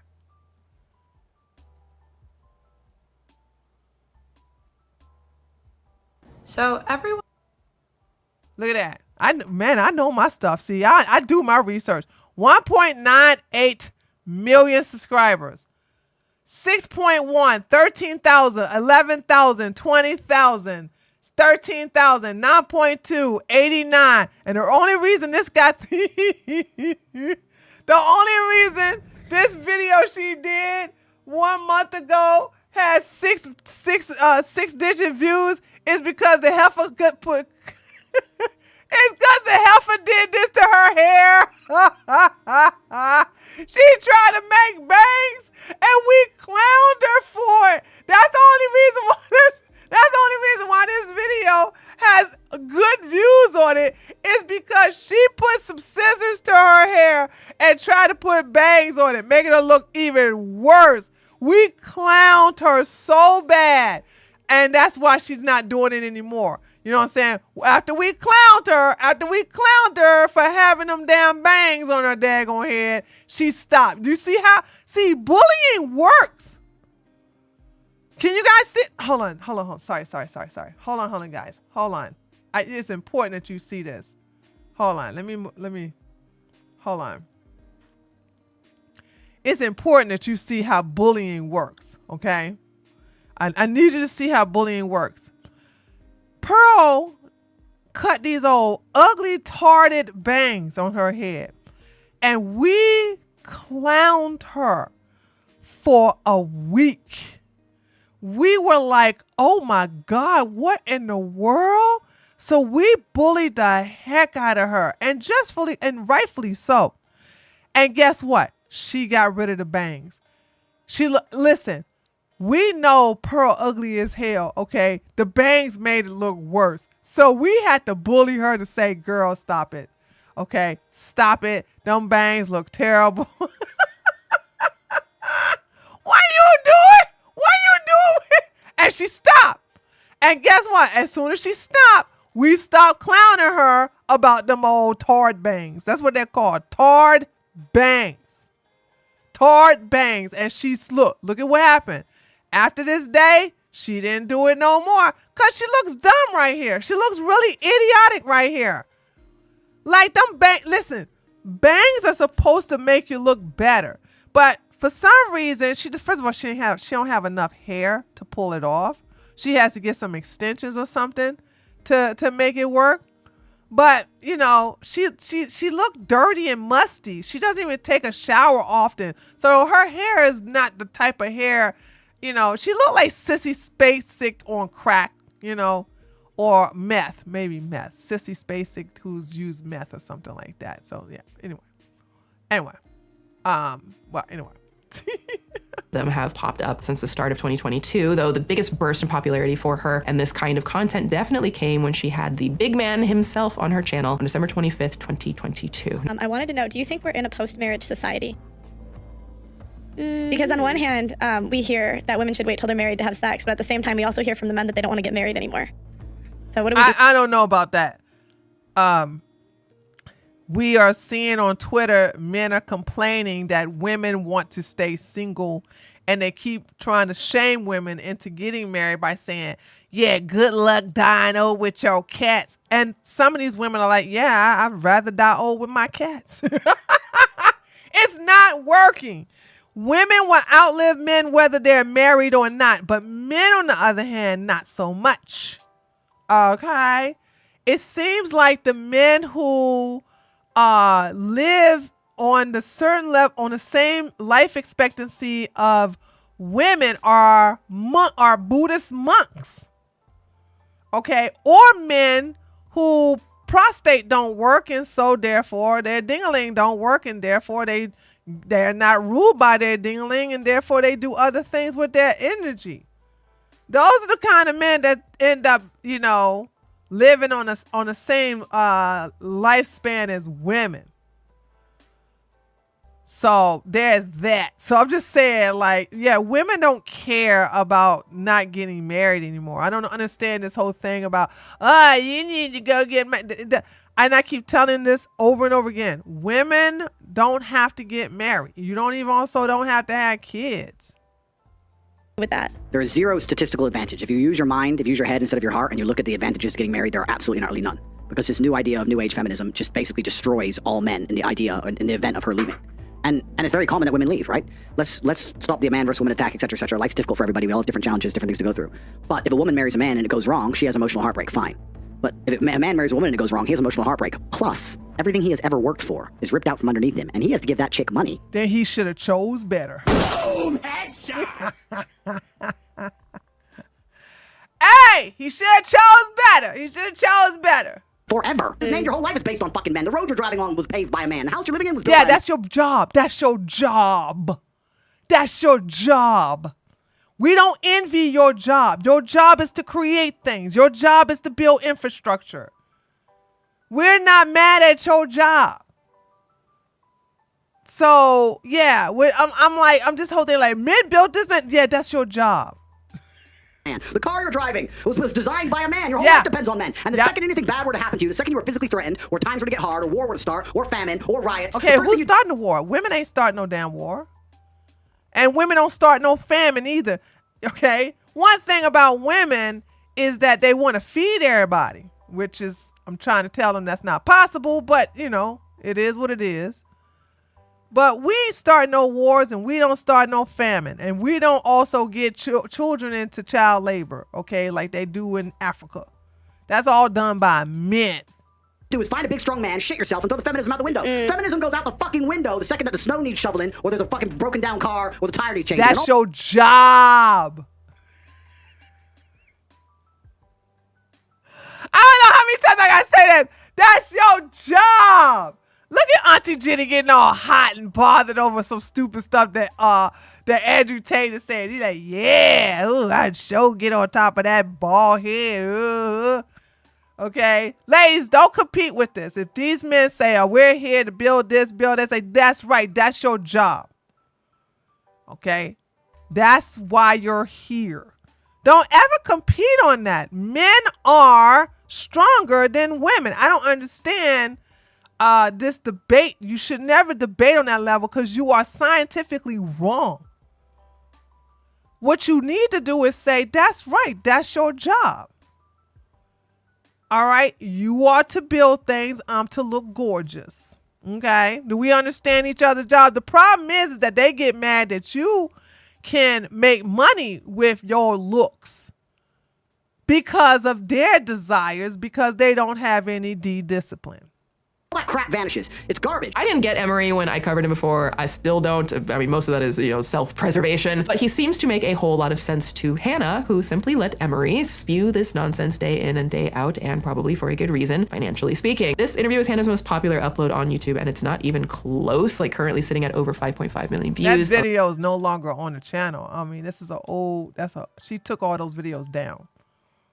Or at least, while it was up. Her second most popular, a clip from this interview at just over 2 million. Her third most popular, also a clip. So yeah, shorts just really helped her skyrocket. But her fourth most popular, big tech censors Andrew Tate and the red pill. Delusional women are the problem. Yes, it's always a woman's fault for a man's actions. I love it. I can't get enough of it. Give it to me, daddy. Yes, and then I'll make it your problem. Like me, dislike me, agree with me, disagree with me. Censorship should not be the way moving forward because I don't even care if someone completely is like a diehard feminist. I respect their right to talk about what they think. And I respect their right to believe what they believe and make videos on what they believe. And I just think that it's so one-sided where one side of the coin is constantly censored where the other side of the coin can just say what they want. Hannah is not very good at this, but because of the sheer volume of content she puts out and the fact that she's one of the few females doing this, she remains successful in what she does. But honestly, is she not just a token being used by the manosphere? There, I said it, had to say it once. We're gonna move on. It also doesn't hurt that just 4 days after that interview with Andrew Potato Tater Tot Tate, he was arrested in Romania on suspicion of human and forming an organized crime group. There was, again, a vacuum created in the manosphere for content like this, and the sheer novelty of Hannah Pearl Davis being the one to deliver it was too enticing for people to fully turn away from it. Again, if you can grab onto a token and then act like they are a monolith and fully represents every woman and how a woman should be, then it's very easy to just use it and use her, honestly. Well, that's the reason why, this is true. This is the reason why Pearl is nothing now. Because, and I'm gonna pat myself on the back, okay? Because a lot of people didn't start getting mean to Pearl until I started coming after her, okay? You cannot be nice to these type of women, to these type of people, period. I'm not, when you're my enemy, I'm never nice to you. And I don't understand. It's a lot of people who don't understand the art of war. They don't understand the battlefield. They don't understand the proper way of fighting. You want to destroy your enemy, okay? And being nice to them is just dumb. That's just what I've noticed with women or men who just don't understand combat. They know nothing about that. So when I got my Twitter back, the year I got my Twitter back was the year where Pearl was at her highest.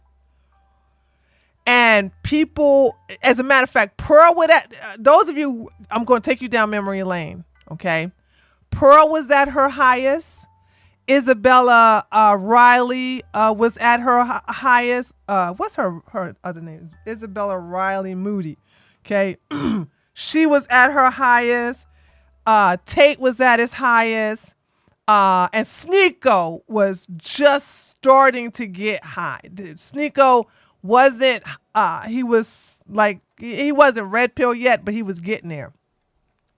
So, of course, me being who I am, I started coming after all of them. Like, I started focusing on Isabella Riley first because she was real big and everybody was liking her. And she was like, oh, she's so edgy. And then she got the, what's the name of that female artist? I think she, Ziggy? What's the white girl name that oh gosh. She got an OF page too. Who was around during that time? I'm so good with names, by the way. Iggy. Thank you, Lion Blues. That's right. Iggy Azalea, right? Iggy Azalea. Thank you. So Iggy responded to something stupid that Isabella said, and they started going back and forth and everything like that, and it made people like, oh my God, Isabella, you are so awesome. And I never liked the heifer, right? Because I knew she was a clown, and I knew she was grooming her now husband. So when I started putting them on blast and everything like that, and coming for Pearl, I was never nice. You cannot be nice to them. So when I started doing that, like viciously attacking those women, right? Other women started to join along. And that's when people I'll get every now and then I'll get some cowardly woman saying, stop attacking her for her looks and just attack her argument. I'm like, why? They have to be attacking women for their looks. She calls women whales all the damn time. She can't call my sexy ass no damn whale. So now what? Okay, I know I'm fine, heifer. But anyway, so when that started happening, men who were championing Pearl started to realize that a lot of women, a lot of attractive women, were not picking up what she was dropping. And they began to realize, we're in the echo chamber.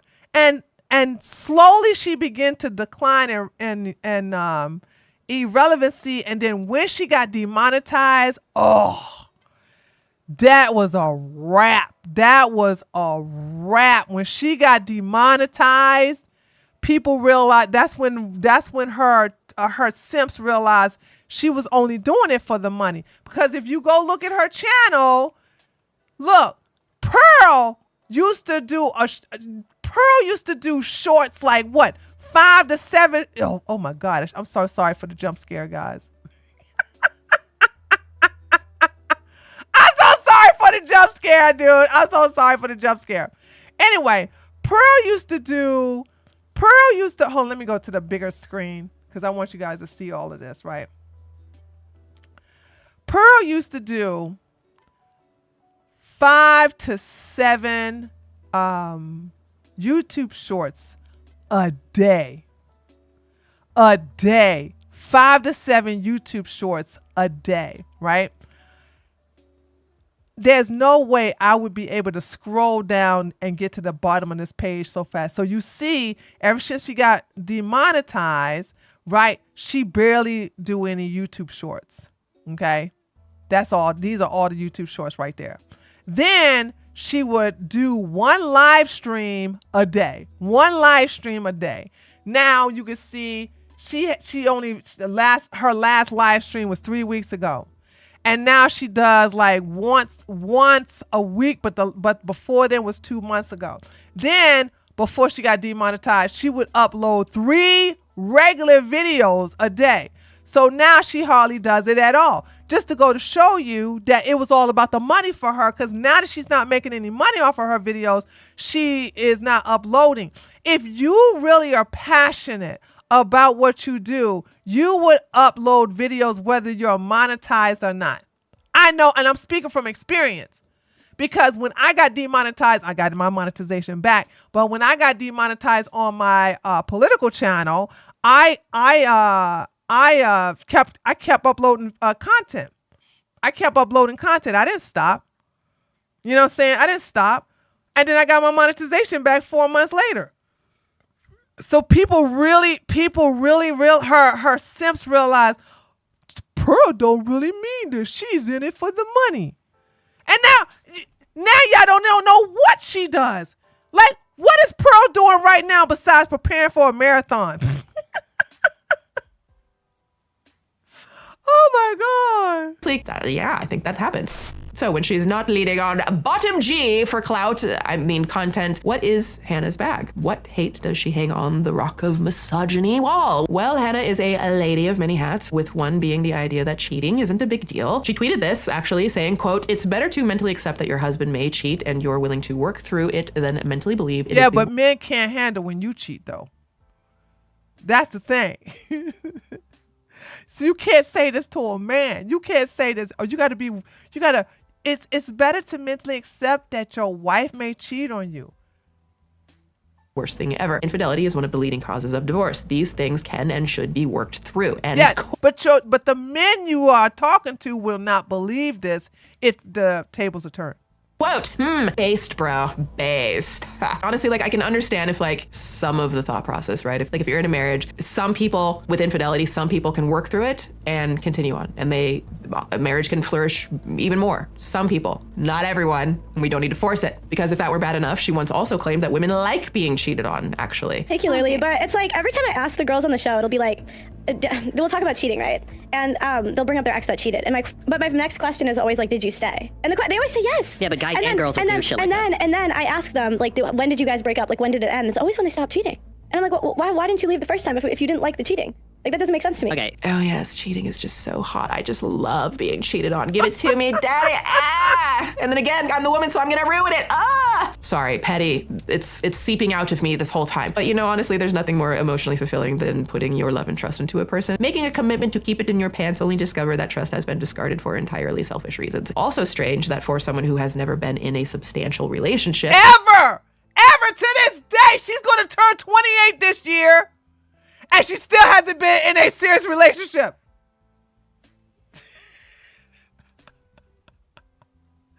And she gonna be 28 years old, baby. 28 years old. And how would she know anything about a relationship? Okay, she keeps taking down these dusty black men and building them up and then setting them free so they can be good husbands to another woman.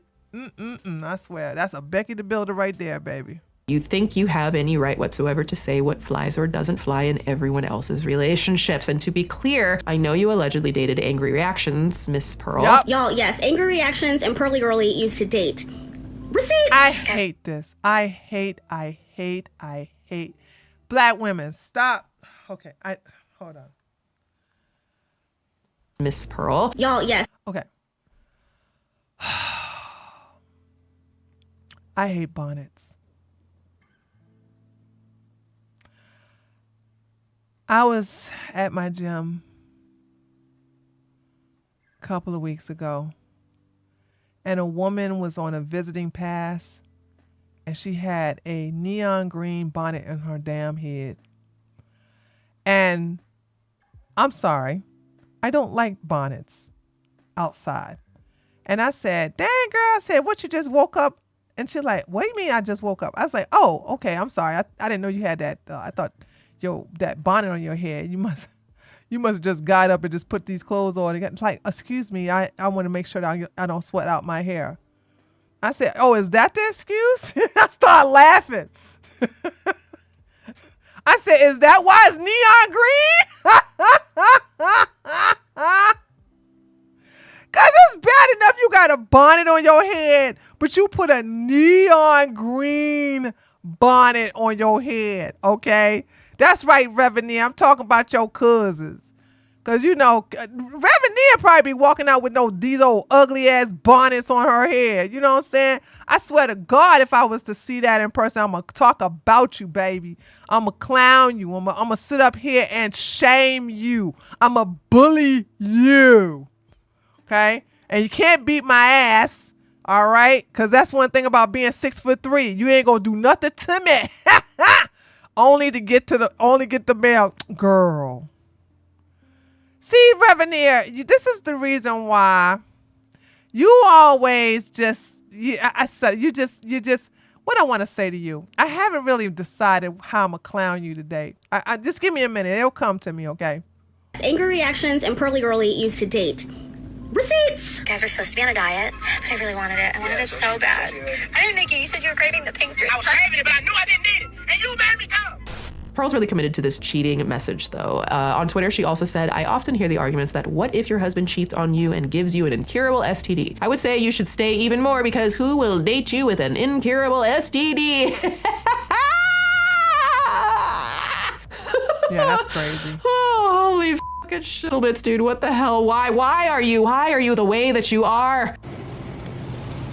Why are you the way that you are? For those of you who are familiar with me, you all know that I normally approach segments about abuse and Reveneer said, damn, I don't even know what she's saying because I have an unskippable ad.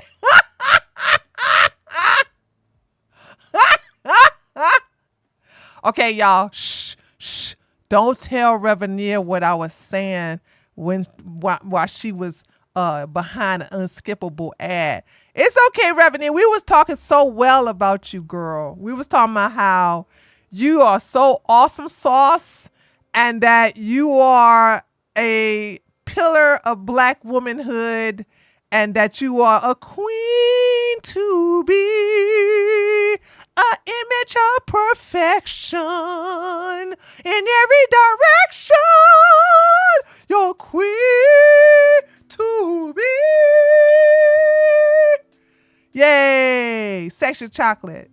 DV very seriously, having been a person who has survived some shit. But sometimes a bitch just needs to take the piss out of the pisser and put it in the pot because this is some whole grain gluten-free bullshit and I am tired. So go ahead, put on your grad caps, Petty University, roll the intro. Okay, we're at Petty University. Saying, what if your husband cheats on you and gives you an incurable STD? Who will date you with an incurable STD? It's kind of like saying, since she likes an analogy, that man punched my stomach during a fight. Who is gonna love a girl who's been punched? Oh, only the asshole who punched me will love me. First of all, let me say this. I don't think men care about STDs and women getting STDs. I saw a little bit of LTTV's video. I couldn't watch all of it, but he was focusing on a passport bro that was in Japan, and that man had gonorrhea and chlamydia, I think it was.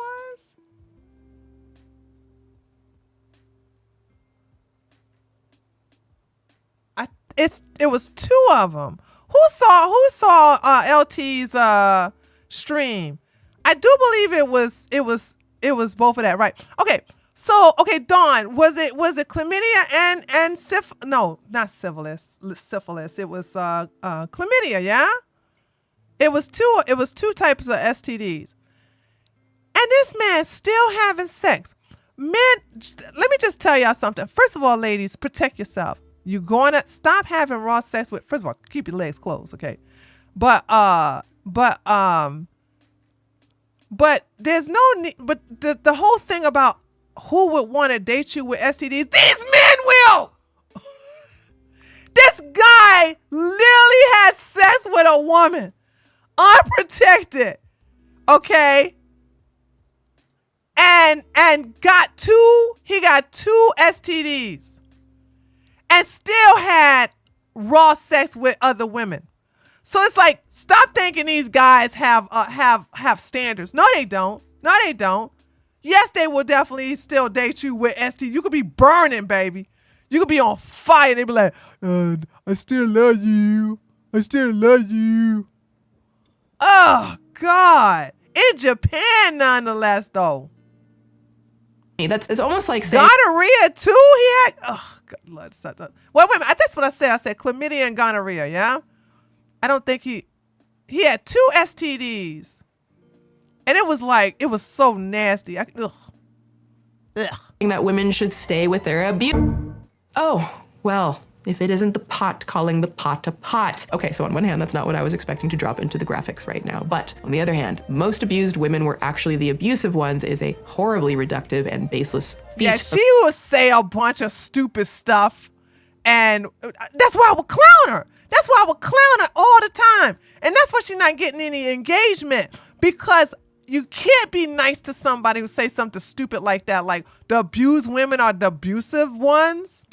mental gymnastics so impressive, I'm surprised it's not listed on your college volleyball stats. This isn't shocking for Hannah. Quote, was he really abusive, or did you bring the abuse out of him? It's that's a real tweet that she made, and it's far from the only time she's ever had this take. What were you wearing? There is a lot to unwrap with Hannah Pearl Davis standing for red pill content, saying cheating is okay, that women like to be cheated on, or taking contrarian stances on abuse, even going as far as to say that those who cry abuse are the real abusers. The truth is, she's doing two things with what I've outlined so far that can have a very dangerous effect on the world around us. The first is downplaying the very valid reality of survivors everywhere by implying that they in some way deserved. Yeah, nobody's listening to this old hag. Women, the men that listen to Pearl are undateable men. They're undesirable men. These are men that we ain't ever got to worry about continuing the gene pool. Okay. So those are the type of men that listens to Pearl. Men of substance, men of intelligence don't listen to Pearl. What happened to them. This is a common tactic of abusers everywhere and is very much gaslighting. Like, what did you say to make him hit you? What were you wearing to make him SA you? Like, I know he hit you so hard you were hospitalized, but weren't you bitching about wanting to see a doctor for a general checkup anyways? So just be grateful because he just got you there sooner. Sometimes the blame is taken even further by accusing the real victim of being the abuser in a tactic known as Darvo. But what makes Hannah gaslighting us so evil, in my opinion and others, whether she actually believes it or not, is she doesn't have to take this stance. She doesn't have to. She literally doesn't have to. But she does. Women cry abuse for everything, and we've actually lost the meaning of abuse. If you go to, and I know this because I'm doing a divorce documentary, and so I'm actually interviewing men. That's because Pearl did not pick a black man that liked to whip up on her. Had she picked a black man that would knock up upside her head, she would be saying what she's saying right now. The process of getting absolutely wrecked by divorce, and a lot of them have had false allegations put out against them. And a lot of those, basically what the feminists do is they expand the definition of abuse to include things like coercive control, financial abuse, and even physical abuse. A lot of times, girls don't talk about how they hit first, and most abusive situations are mutually abusive, meaning they're both hitting each other. Most women do not hit first. That's not true. That's not true at all. And so a lot of times what girls will do is they'll say, Pearl is famous for saying stuff and not backing it up with any statistics or studies or anything, with any proof. She just says anything. You know what I'm saying? I could say women that look like Pearl, probably got rotten crotch or something like that. Statistically shown to have rotten crotch. See, I just said something and I ain't even have to prove it. That's what Pearl does. Abused, but they don't talk about how she hit him first. I had a girl on the show say I was physically abused, and I used to just believe women. I would always just be I'm so sorry. But then you start asking questions, and it baffles me how women turn the situation of them being abused when they aren't. Now, to my knowledge, Hannah has never publicly disclosed whether she herself is a survivor of anything. No, she's not. That's what I'm saying. Had she been hit upside the head, she wouldn't be saying all this stuff. Need to have been to be an expert on the topic, but what she's maintaining here is not only not reflected in reality, it's dangerous for the credibility of survivors everywhere. Using SA, a very extreme form of DV, as a barometer, we can see that false reports only account for 10% at most and 2% at the smallest known amount, according to the National SUL Violence Resource Center. Now, of course, stats can be skewed based on underreporting, meaning there could be a lot higher percentages going on. But when opening the corral to DV at large, which is what Hannah is talking about, we see that the most generous number is 8% result in false allegations, with 17 of those surveyed claiming they know someone who was falsely accused. Now, why did I include that second number? Because everybody thinks allegations like these are false before they are inclined to agree that abuse itself is the problem. It's easier to assume everybody is operating from a place of bad faith than it is to assume that somebody can be abusive. Hannah is exploiting that idea to the max for profit and also for the benefit of the manosphere to use her to push this, whether she realizes that I think she's becoming their token or not. Even aside from, she doesn't care about their token. She wants to be, Pearl wants to have some type of success that's at least close to her mother, but she will never, let me tell you something, ladies, Pearl will never achieve anywhere close to success as her mother. Why? Because she doesn't like women and she resents her mother. Her mother loves being a woman and she loves helping other women. Okay. we have to understand, and if you understand the powers of the universe, if you understand the powers of the womb, man, you cannot go against women and think you are successful. You cannot sit up here and attack women, manipulate women, R-word women, viciously just do things against women and think you will be successful. Yeah, you will be successful for a minute, and then it will all crumble down. It always works that way. If y'all can't understand that I don't know why people keep saying, oh, I hope the Tates go to jail this time and I hope they're getting found guilty. I said, honey, let me tell you something. They are going to be spending the rest of their lives in jail. When that Romanian trial literally starts, especially with the fact that they have new charges coming towards them, okay? They want to get all these charges out of the way in one court case. But look at how they got to where they are. They got to where they are by using women. And if you look at the red pill, Myron Gaines, who's a homosexual, and the little crusty one, they were powerful using women. Now they went from using women to using men, to where they like pay us a band, $1,000 to come on this ship and meet some hoochie mamas. We may give you a Rolex. We may enter this. We may do this one. Like, they're now gone from shifting from using women to using men. And so I can't name not one thriving business that stayed thriving off of the backs of women. It doesn't work that way. You can't do that. You can't work against the mother like that. The more blatantly evil things that she preaches, she also appears to be a hypocrite, claiming that women are only hot in their 20s. Well, actually, imagine this talking about how women are hot. Imagine this thing right here. That's the thing about it with me. Like, if she was somewhat attractive, she could, you know what, she would have something to talk about. But I'm like, Pearl, look at you. Look at what you look like. You're not in a position to talk, girl. She said younger than that, but we'll get to that later. And that she's also said women over 30 can't be sexy. Virgins are impure because women should only sleep with their husbands. And she takes a lot of time to dump on overweight women too, which I gotta say, little sidebar, this whole idea that like women must be just total pure virgins before getting married. And then also Hannah is very much like, you need to get married and you need to get married. But she's not a virgin. She has a high body count, but yeah, okay.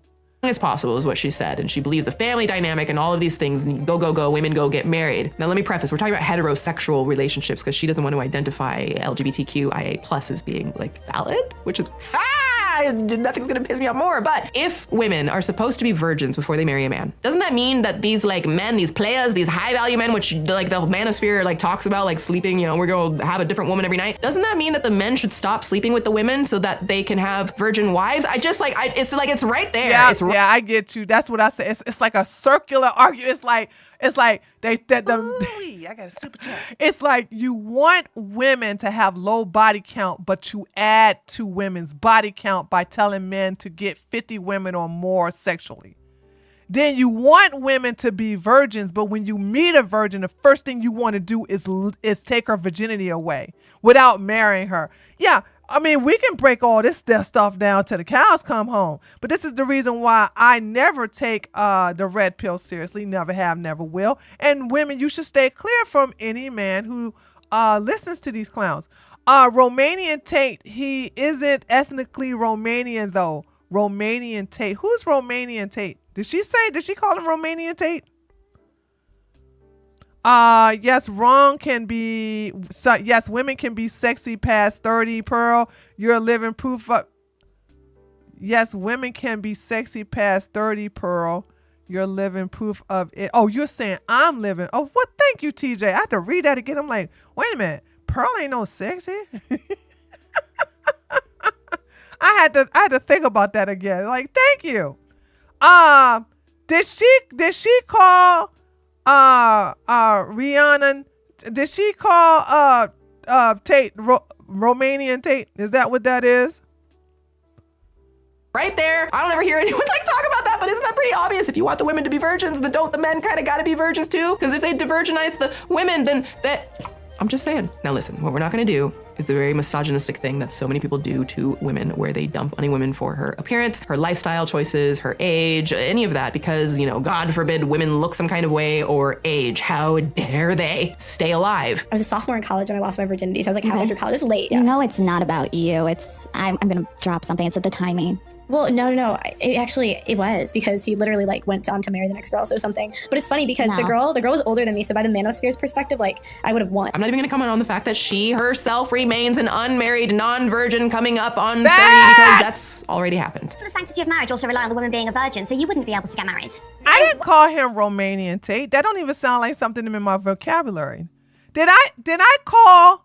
Girl, you ain't gonna gaslight me. Did I call Andrew Tate Romanian Tate? I know you lying. That don't even sound like something I would say.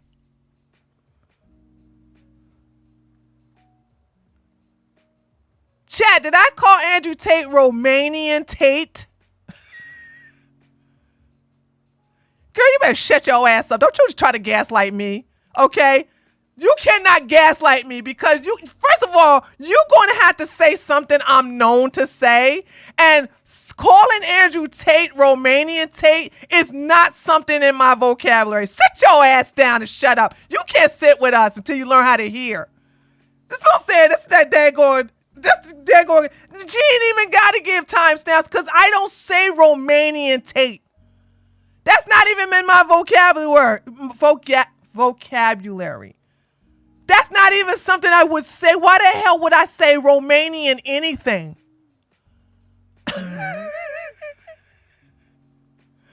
She drunk.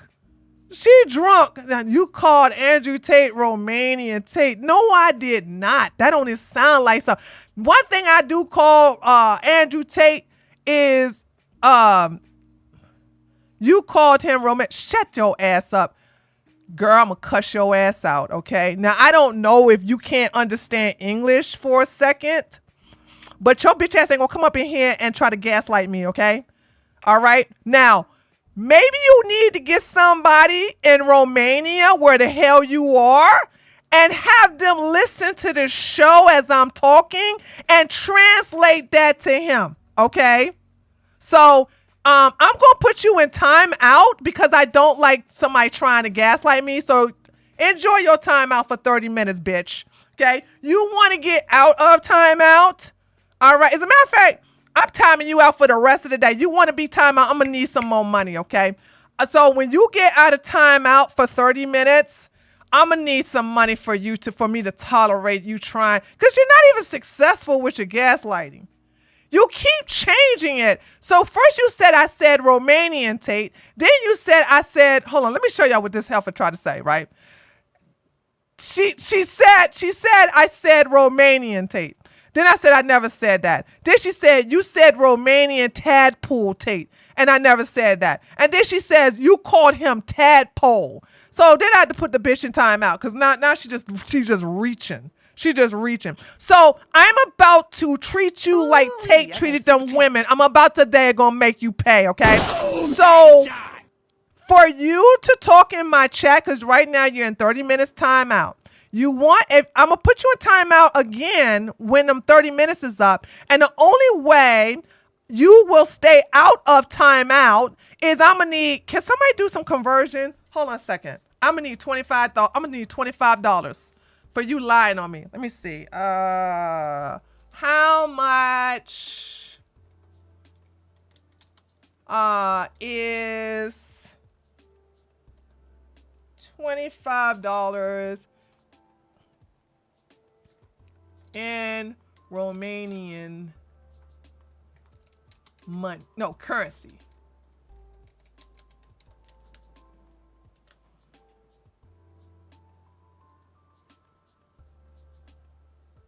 Okay, I'm gonna need 111 Romanian leo, whatever the hell that is, before you can talk in my chat again. Okay, and Sun Dormant, and that shizzle.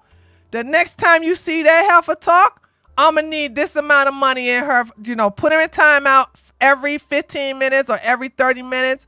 The only way she going to get out, I'm going to need this amount of money, okay? I'm going to need 11 this amount, okay? Now, I don't care if you got to work a whole week on your back. I'm going to need my money. Or other than that, you ain't going to say nothing else in my damn chat. I'm going to punish your ass like your mama should have, okay? Kevin, thank you, $2. So how about you start your show at like 8:30? I'm be in the gym.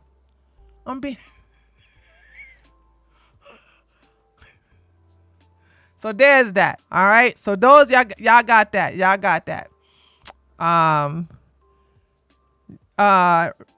Should have asked Revenue. No, Revenue is, first of all, I need Revenue to stay clear so I can clown Revenue and her bonnet wearing ass going to the mailbox. Okay.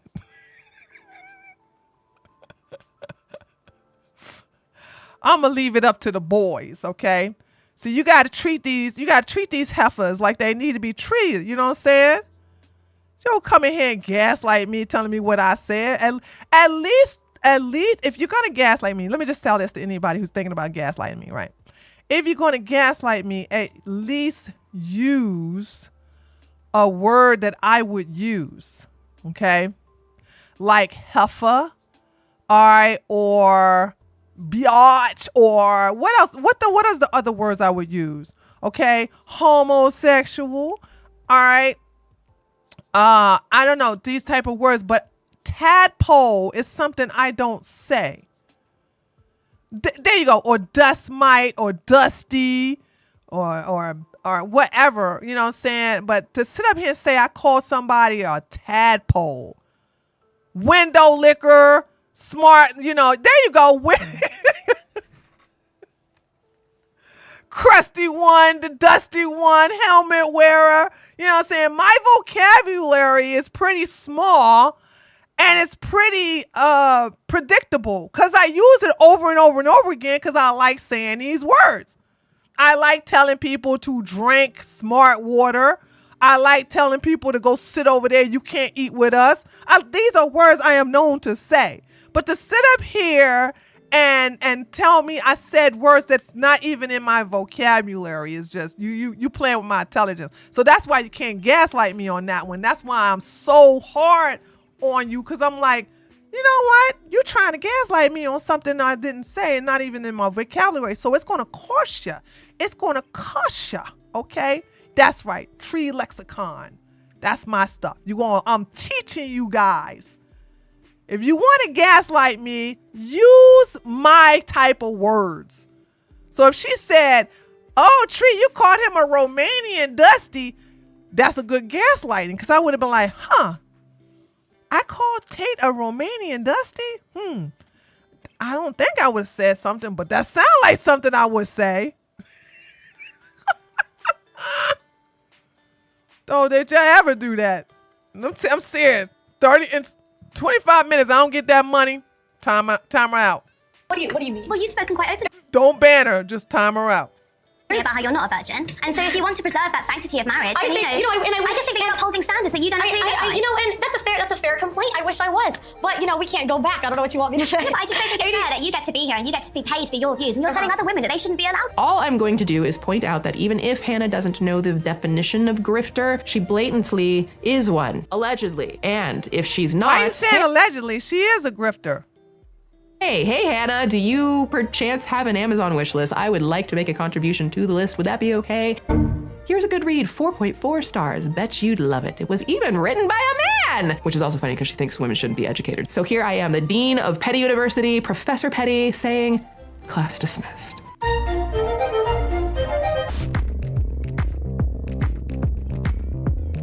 Oh, Piers Morgan. I hate Piers Morgan. Now, settle up, friends, because perhaps one of my favorite interviews in this saga involves two people who make me want to rocket into space, Pearl and Piers. And lucky for us, there's more than one interview. Oh, goody. Marriage was about duty, and this is the problem we have with women. Men tend to be better people than us. Yeah, they really do. They tend to. No. They tend to do the right thing. Beedly-dee! Okay, let's get on with it. First up, Pearl believes that divorce should be banned. You want divorce to be made illegal? Yes. Why? Yes, because I don't think what we have today is really marriage. What is marriage? It's for better or for worse, for richer. Said a woman who's never going to get married, by the way. For poor, in sickness and in health, till death do us part. That's what marriage is supposed to be. But feminists have ruined marriage for the people that actually believe in marriage. How? When there's a 50% divorce rate, and the average Why marriage is that all is 8 down to the years. women, though? I didn't say that it was all down to the women. So why feminists win? You asked why I want divorce to be banned. Why am I doing this to myself? Listen, first of all, I have to ask a question that I never hear asked. Why in the someone so devoted to the concept of marriage solely based on how it was first created? Listen, I don't have a problem with people who want to get married and that is like the healthy decision for them. I don't have a problem with that. That's not what this is about. But have we learned nothing from Bailey Sarian's Dark History episode on the origins of marriage? Do you not know that marriage was originally a construct that was created by deeply flawed humans an Earth time ago where lifespans were like that long, generally as a means to trade women as property to be owned and fully controlled and not have a voice? That's true, by the way. Or a platform. Pearl, you would be thrown to the wherever the stones, the wood. I don't know where they threw people way back in those days, but Pearl would be there. Okay, she wouldn't have a platform. She wouldn't be able to speak. So your marriage would be set up by your father, who wanted to marry his daughter off into a family of wealth and status because it would make the family look good, and that's honestly what it was all about. Like your father would go around town like, oh, my daughter's gonna marry into the olive oil family, and just humble brags everywhere, and it would raise his status. Promise, it's okay. It is okay for marriage to evolve as society evolves. And again, Pearl, if you existed during that time in society, they would take that microphone away and chain you to a rock for even speaking because, you know, traditional gender roles. So I'm saying, you know, the people that believe in divorce, go be in long-term relationships. Leave marriage for the people that actually believe in for better or for worse, for richer or for poor, in sickness and in health, till death do us part. Okay, another question, and pardon me if I'm stating the obvious, but who in the actual whole grain first rate believes in divorce? I've never heard anyone say, you know what? I believe in divorce. That's why I'm getting married, so I can become miserable and get divorced. That's what I want for my life. Genuine question, because every wedding I've ever been to and every post I've ever seen, when people get married, most often it's because they believe in marriage, not in divorce. When you find the man you want to get married to, are you saying you will be with that man whatever happens the rest of your life? Yes, for the vows that we're supposed to live. How do you know? No, she won't. No, she won't. That's the reason why Pearl's not getting married. I already explained why Pearl is not going to get married, and I have already explained why somebody in her position couldn't get married because the men that makes more than her don't want her. The only men who want her are the men that makes less than her. And yeah, I mean, because listen, she limits herself to just black men. So the black men that are old, that are making more money than her, ain't gonna want nobody like Pearl. So Pearl could only and has only gotten men that is damn near broke. Remember, she got angry reactions off the homeless streets, and then she hooked up with her employee Blessings. I don't even know what Blessings is. I don't know if she brought him back over here or not. Look, I think it's a choice. And that's the thing, like women are so willing to leave marriages because they're not happy. This is not about happiness. The most important thing is the children. And the problem is we have a modern society where it's me, my feelings, leave when I feel like it, instead of doing what's best for the kids. First of all, Pearl makes the fatal debate flaw here of assuming that all marriages result in having children, which is factually incorrect. But before that, Piers asks her a simple question. How do you know you can keep the vows? And Pearl says, how do you know you can keep them? I mean, look, I think it's a choice. And that's the thing, like women are so willing to leave marriages because they're not happy. This is not about happiness. And there it is. Pearl says sticking to your vows is a choice and happiness doesn't matter. So I'm just gonna mention the obvious, DV, it's right there. I mean, yeah. According to the National Library of Medicine, quote, according to the CDC, 1 in 4 women and 1 in 7 men will experience physical V by their intimate partner at some point during their lifetimes. About 1 in 3 women and nearly 1 in 6 men experience some form of SUL V during their lifetimes. Wow, what men? Really? Hold on a second. Let me look at those stats about the men again. 1 in 6 men experience some form of SV.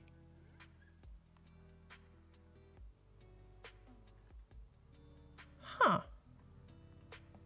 About 1 in 3 women and nearly 1 in 6 men experience some form of SUL V during their lifetimes. Now, again, as someone who has survived DV at the hands of both an intimate partner and a family member, the very suggestion to me that divorce should be illegal when a minimum 25% experience DV in their relationships is reprehensible. And to double down on it when statistics are brought to your attention is, in my opinion, verging on unforgivable. I think we should ban divorce too. Yeah, I think that should be banned.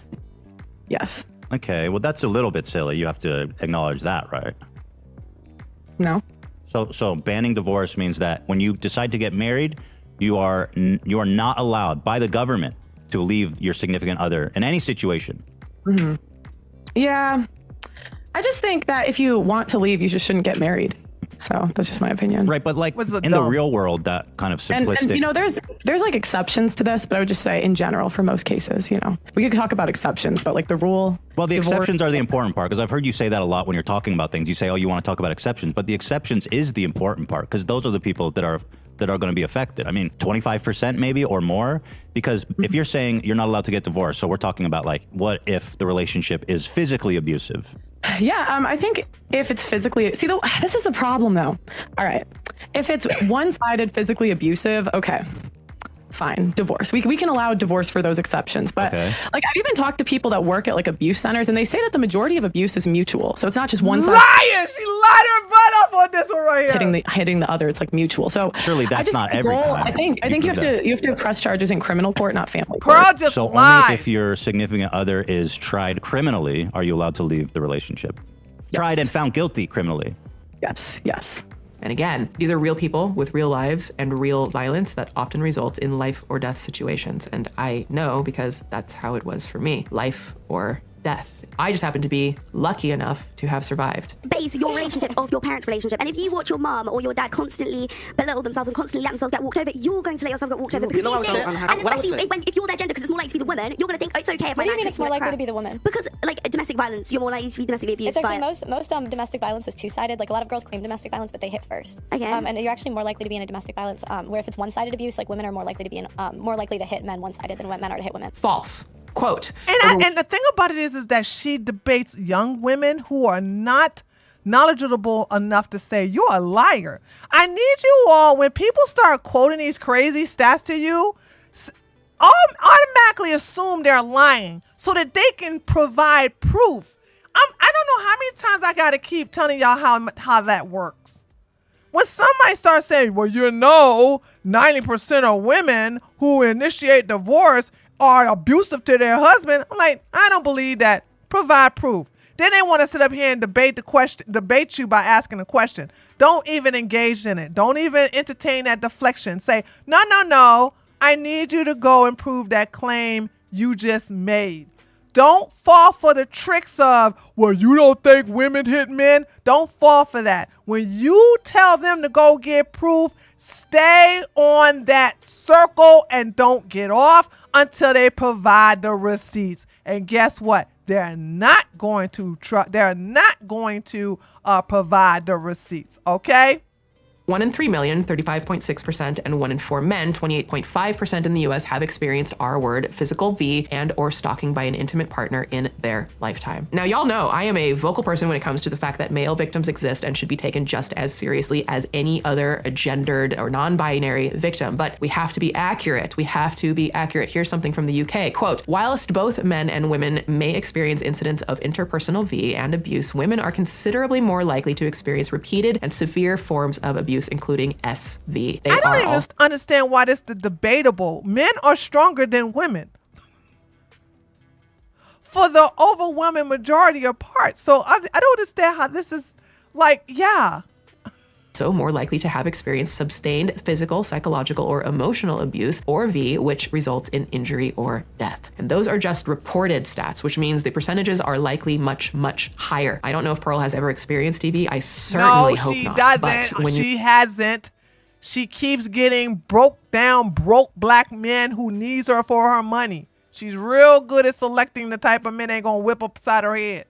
Feed the world with the absolute catastrophic take that divorce should be illegal, meaning someone who files for divorce should be a criminal unless they take their spouse to court on DV charges and somehow win, is not only disgusting, it's unbelievably dangerous. Why? Because we know that the court system is notoriously difficult for taking actual action against DV because most victims aren't able to tell their abuser, hey, could you pause from harming me for a minute so like I could turn on a camera and film this, for the court so I have like evidence that they're gonna listen to me. And because often if a victim even tries to go to authorities, where they often are turned away. And yes, actually, it is incredibly difficult to get a restraining order, Pearl. Victims are often at greater chances of being further harmed or worse if their partner finds out that they tried to report it. Again, I am speaking from experience. I am not a fringe case here. This happens a lot, but it doesn't seem like Pearl cares about any of that.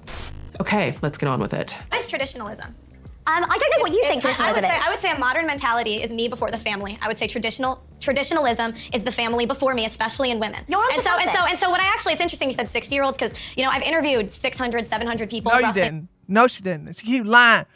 First it went from 600 to 1,000. Now she said I interview 1,000. No, you haven't. She has not done that many people. In the past year and a half, I've done hundreds of shows interviewing people about relationships. And what I find is the 60 don't have hundreds of shows either. Tend to, a lot of those women led their daughters astray. There's a reason we're in this mess, right? A lot of those women had the wrong mentality when it came to marriage and had exactly the mentality that you're talking about. Which is the one to prioritize balancing one's own sense of identity with compromise and relationship with someone else. Myself before the marriage. But that's, again, and it's really unfortunate because I would say the women of our generation really are. And this is another thing too. I hate that peers would get a woman who's too soft-spoken. As a matter of fact, now that I think about it, I think the only woman, hold on, help me out with this, chat. Help me out with this. And if I'm wrong, let me know. I think the only time Pearl went against a woman who she couldn't overtalk was Brittany Renner, right? Wasn't Brittany Renner the only woman she could not loud talk or over talk because Brittany got louder than her? So it's like, this is what I'm saying. Like, Pearl takes advantage of other women who are not confrontational, because Lord knows she couldn't get away with this with me. She could never out-talk me. She could never out-lie. This is a thing. You know what I'm saying? She could never do this to me. Because this woman to the left of her, or to the left of us, she's not strong enough verbally to talk over Pearl. Pearl just dominates her verbally. Because of the advice of the women of the past. Let me first say, I don't have a problem with trad wives or people who want the traditional family of marriage and kids where one spouse, works and the other one works raising the children and caring for the home. And if you can afford to do that financially, then you're in a great position. So, please don't be a bitch about it and force your partner into something like that, or be phobic and insist that the LGBTQIA plus community is a lie. See, oh my God, dude. This is why I don't like her. I don't want to hear about this. You know what I'm saying?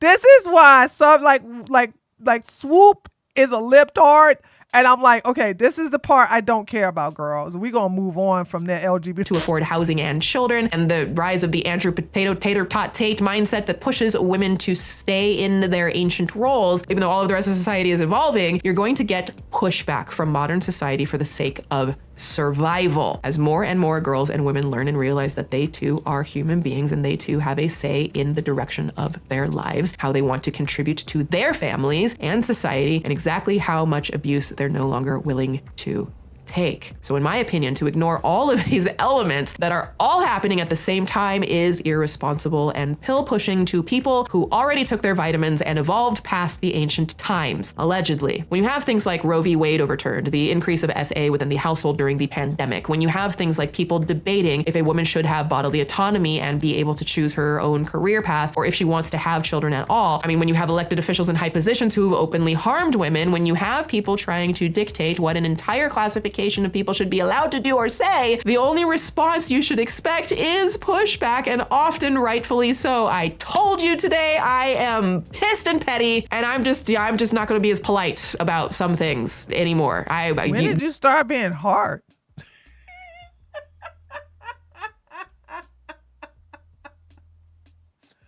When she thought she was hard? When did that happen? I never seen, what are you talking about?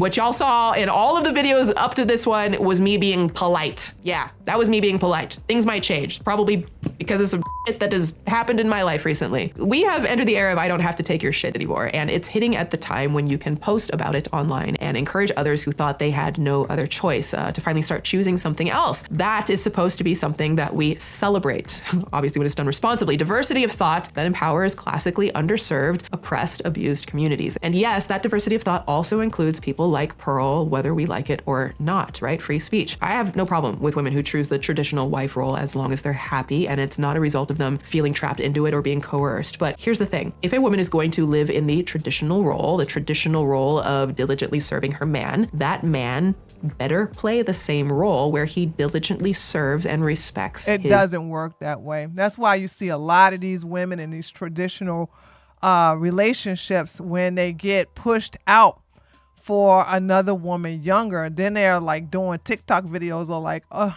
I don't know how I'm gonna feed my kids. I don't know how to, I don't I'm gonna do any of this and blah, blah, blah. Okay.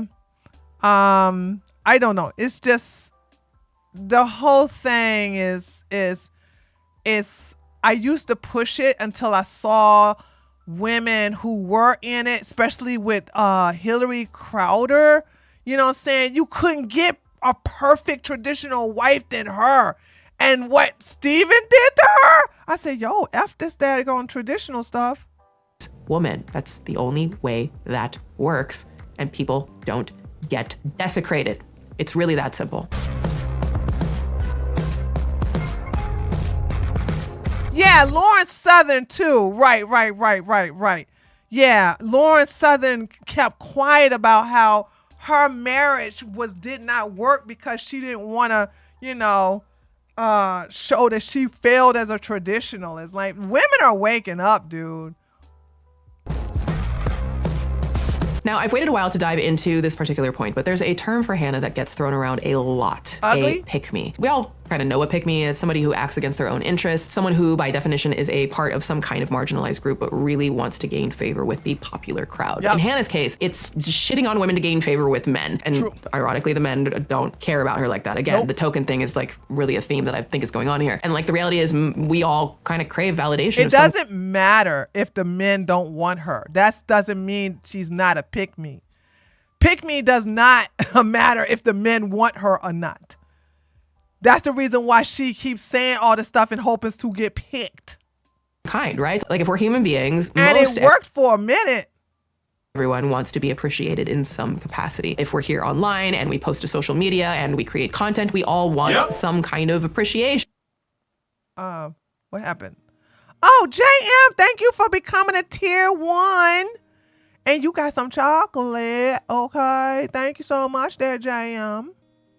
There's nothing wrong with that. It is human nature to want to be liked, loved, desired, appreciated. Any sort of attention can activate pleasure centers for us that make us want to keep doing whatever unleashed those endorphins. Where it gets particularly sad for Hannah is that everything she does is so transparently for a specific sort of validation she isn't receiving otherwise, at least from, our perspective. In her own words, she has admitted that the lonelier she gets and the more self-loathing she becomes, the more the internet wants from her and the more attention she gets. Yeah. Sad. If her points of view weren't so insultingly dangerous and damaging to humans regardless of gender, I'd feel exceptionally bad for her because everything I've described up to this point can be read as some sort of cry for attention. What do you mean? Women leave 70% of the time. If they're college educated, they leave 90% of the time. Correct. Women ruin relationships and they ruin families.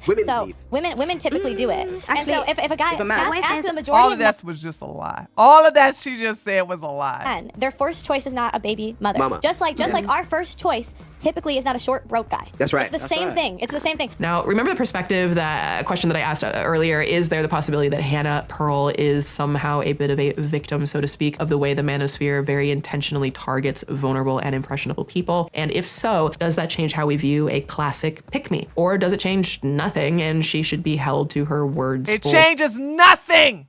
Stop? Or can both of those things be true? I don't really have the full answers to that. It's just something that I think about a lot. I got the answers because I studied her more than you did. Okay, I know her more than you do. Okay, I know her better than you do.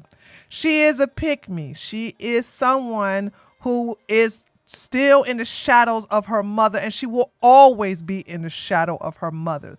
When she goes to family reunions, when she meets other family members, all of her other sisters are successful except for her. Hell, one of her sister is a freaking pilot, for Christ's sake. What the hell does what the hell does Pearl have to say? All this time, she failed at being a pick-me in the manosphere.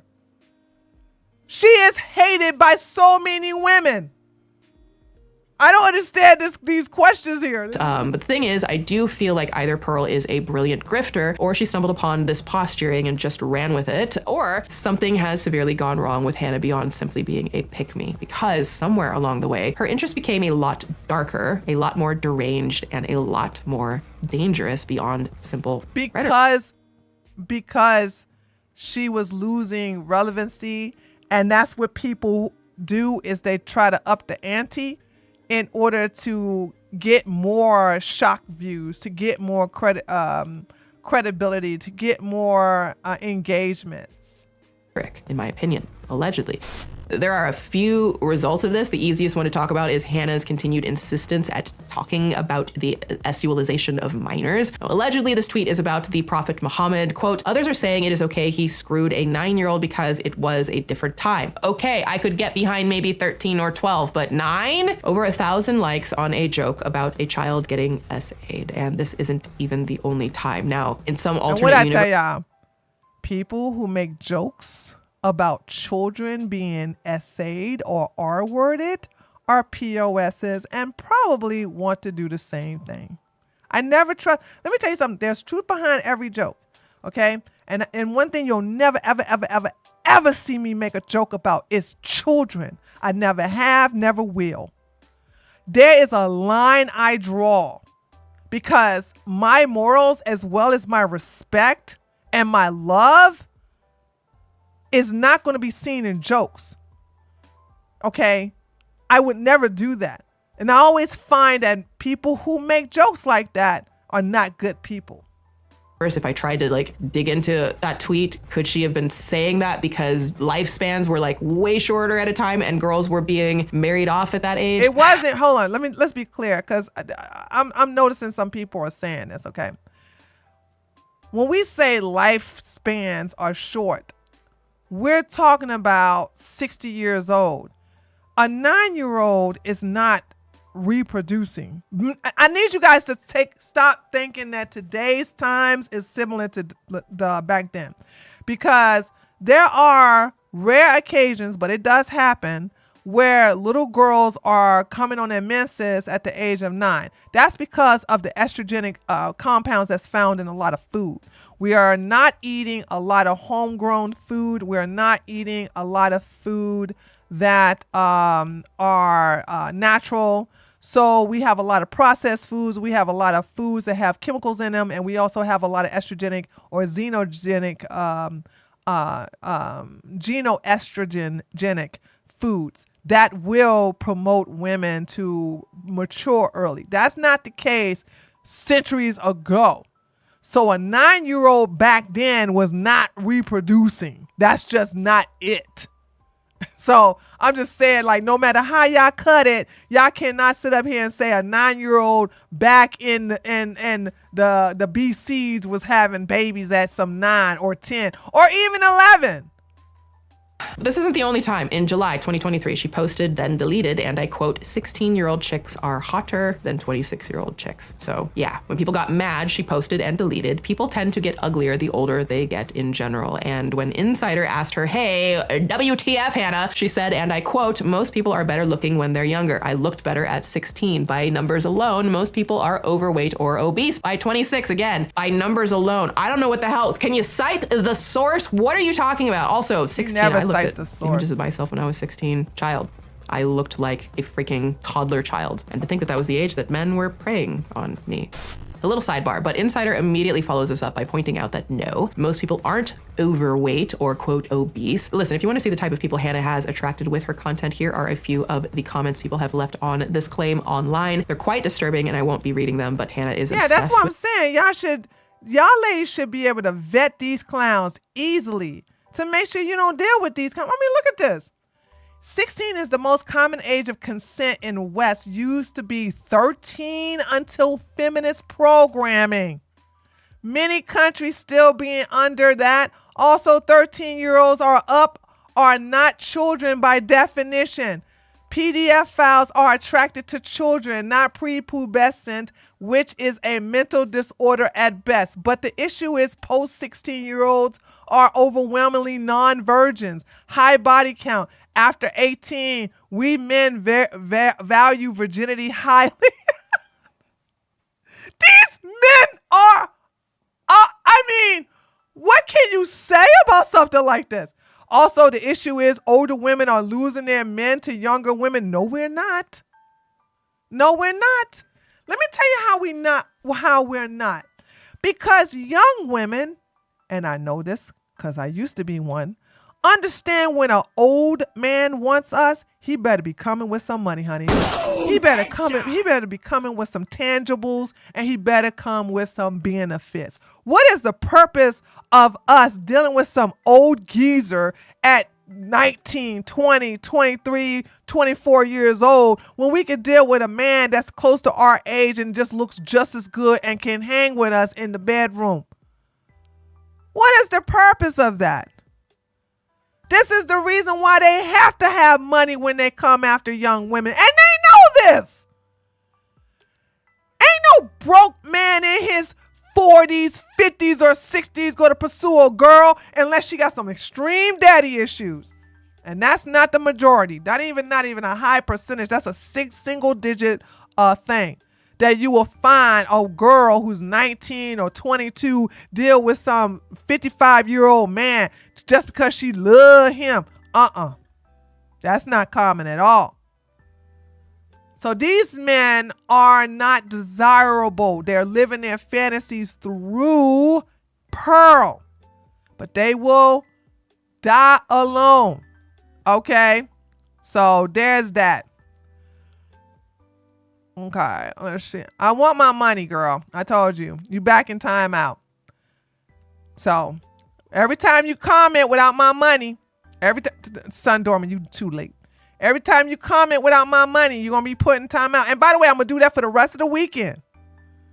I'm going to do that for the rest of the weekend. You are not allowed to talk in my chat until I get my money. I want my money. So go hustle, you know what I'm saying? Go get a job or whatever, but I'm going to need my money for you to talk in my chat again. Okay? Because I'm making you pay for lying on me. Okay?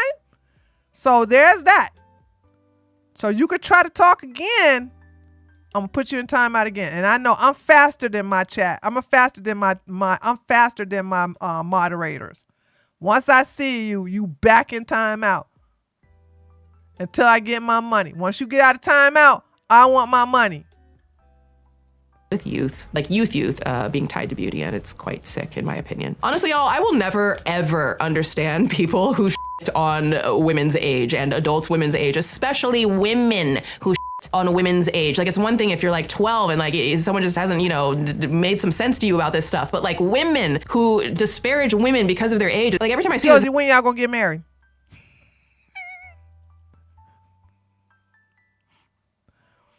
Huh, Josie?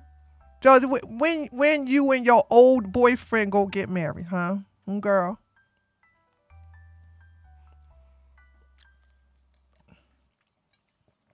Why he's your boyfriend and not your husband? I'm gonna need you to spill the tea on that one since you volunteered that information. She's 26, looking 45. Yeah, 47 really. No, she's 27. She's not 26. She's 27. She's 20. Pearl is 27 years old. Pearl will turn 28 October or November or whatever. So there's that. Anyway. Uh-oh, shit. I hit the wrong button. I hope I did not mess up my Uh-oh. Press 1, chat. Press 1. I hope I didn't. Josie, how you going to answer Son Dorman and not me?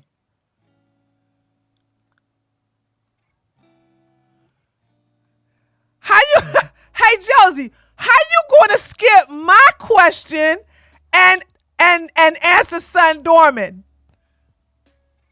Did y'all see that? Did y'all see that? I said, Josie, why your old ass boyfriend not your husband? And she totally skipped my question and sit up here and talk to Son Dorman. Did y'all?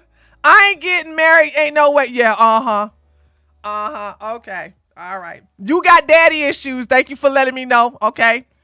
Because here you go. Let's just say that's why you got an old ass boyfriend and he ain't give you no money. He ain't give you no tangibles and this, that, and the other. And he can't be your husband because he don't have nothing to offer you. Now, you can eat with us, but you're going to have to go get yourself some counseling and get over your daddy issues because ain't no way I'm going to have some daggone old ass man in my life and I'm not getting no benefits out of it. You know damn well he ain't lasting in the bedroom like that. I don't care how young he looks. That's just and it like usually happens to like celebrities and public figures and all that kind of thing. I'm just like, are you really that insecure that a fellow adult woman over like whatever age you've decided means something in her adult life, like Hannah is 30, are you really that insecure that threatens you? That the woman is still alive? Like, do you legitimately not want to get older? Like, do you know what happens if you don't get older? Yeah, she looks old though. She look real old. And that's why she gets older. She go get older looking. Die. Like dead. Like you have submitted your resignation from this earth and you cease to exist. Like if Pearl is lucky, one day she will be the age of the women she's on. Then what, Pearl? Like, because you spent so much time contributing to the misogyny that condemns women about getting older, which it is misogynistic to do that, while praising men for getting older, you know, the silver fox, fine wine. But they are not fine wine. Every time I tell her, I say, show me a man who aged like fine wine. They can't do it. Coach Greg Adams hit the wall. Grandma Tomasi, the wall done fell on top of him, okay? Myron Gaines is a homosexual, but even he got a rug glued on top of his head, and he has a big old ostrich beak on his face. Ain't no woman gonna want that. What are you talking about? And he 36 years old? And little crusty one, okay, that's all I gotta say. The little crusty one. All these men that are in the red pill, all of them are in their 30s and above. I mean, look at Rich Cooper, okay, looking like a young Santa Claus. These men are not aging like fine wine. Every time I ask them, I'm like, show me a man who aged like fine wine. Cause all I see is and when a wall hit these men, it hit them hard. It hit them hard. So if you want to know who looks better as they age, it is hands down women. Revenia, okay, y'all, I'm about to compliment Revenia. Don't brace yourself because this ain't gonna happen often. I should have brought that video out of here. Revenia posted in the Discord a sister in her 80s getting married. And when I looked at the video, I was like, she's in her 80s?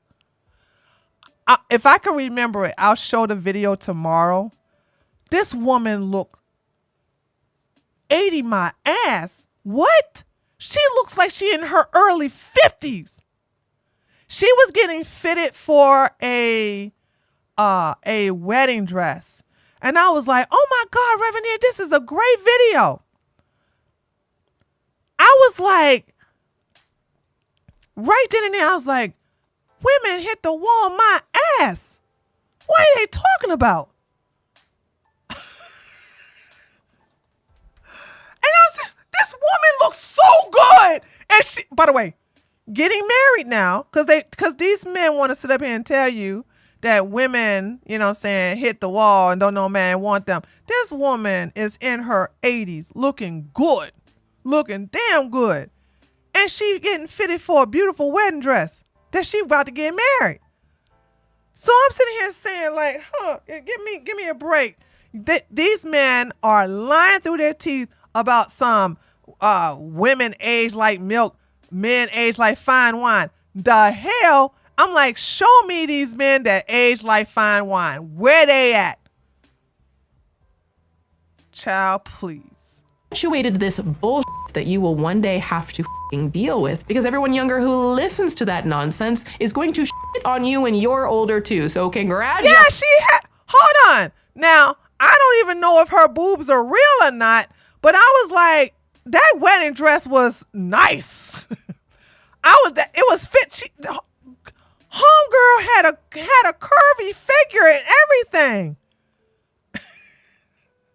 I was like, is grandma getting a sexy wedding dress showing her cleavage and everything? Child, please. These men gaslighting us, talking about some women age like milk. My ass. That's totally not the case. Congratulations. Way to perpetuate this nonsense that apparently women will never get away from if this continues. But putting the misogyny aside, it goes beyond all of this, buckery, because Hannah made herself a controversial new friend. A friend who kickstarted the very slow, painful process of her fall from grace. Nick Fritos, right? I knew it! If you don't know who Nick Fuentes is. You didn't even spell his name right. Dude, how come Swoop's video is so sloppy? It's N-I-C-K.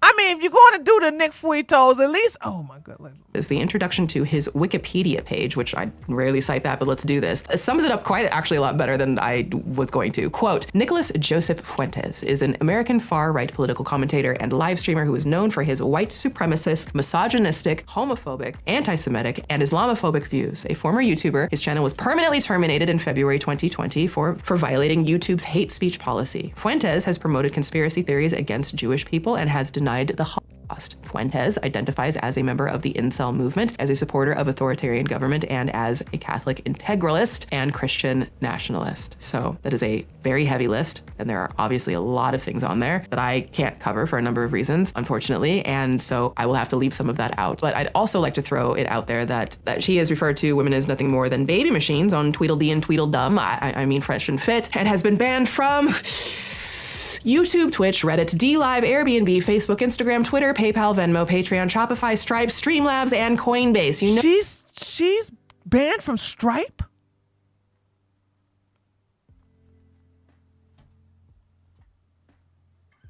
Fresh and Fit, and has been banned from YouTube, Twitch, Reddit, DLive, Airbnb, Facebook, Instagram, Twitter, PayPal, Venmo, Patreon, Shopify, Stripe, Streamlabs, and Coinbase. How do you get, hold on, Coinbase too? How do you get banned on Coinbase and Stripe?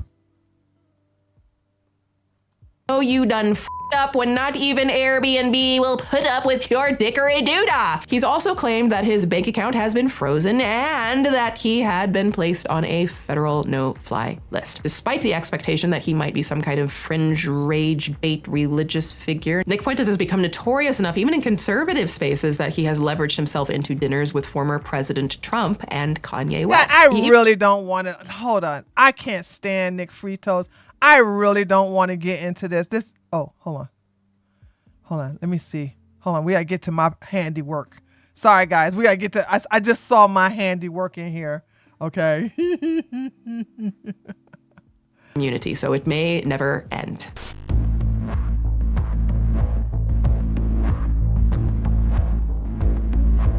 We're just going to jump right into this one because somehow Colleen Ballinger is like, after the ukulele situation, Hannah Pearl Davis released a song, I guess she was inspired, that wondered why she can't talk about Jews without getting kicked off of YouTube.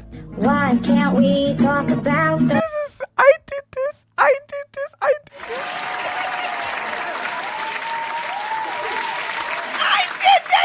This is my work. Give me my credit, heifer.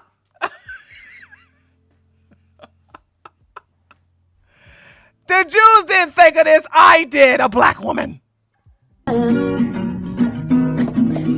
Without getting kicked off of YouTube. Now, I'm not saying he was a good guy. but I kinda wanna know why. Now there's all these conspiracy theories, and the more they talk, I think is she gonna play the whole video? Maybe they're right, but I can't even listen to the convo. I can't even have the conversation without getting canceled by the left and the right. It's July 2023, and Hannah needs her dose of negative attention and maybe a laugh cry emoji text from her bestie Nick. Yes, walk through fire. I got my Twitter back. I got my Twitch back.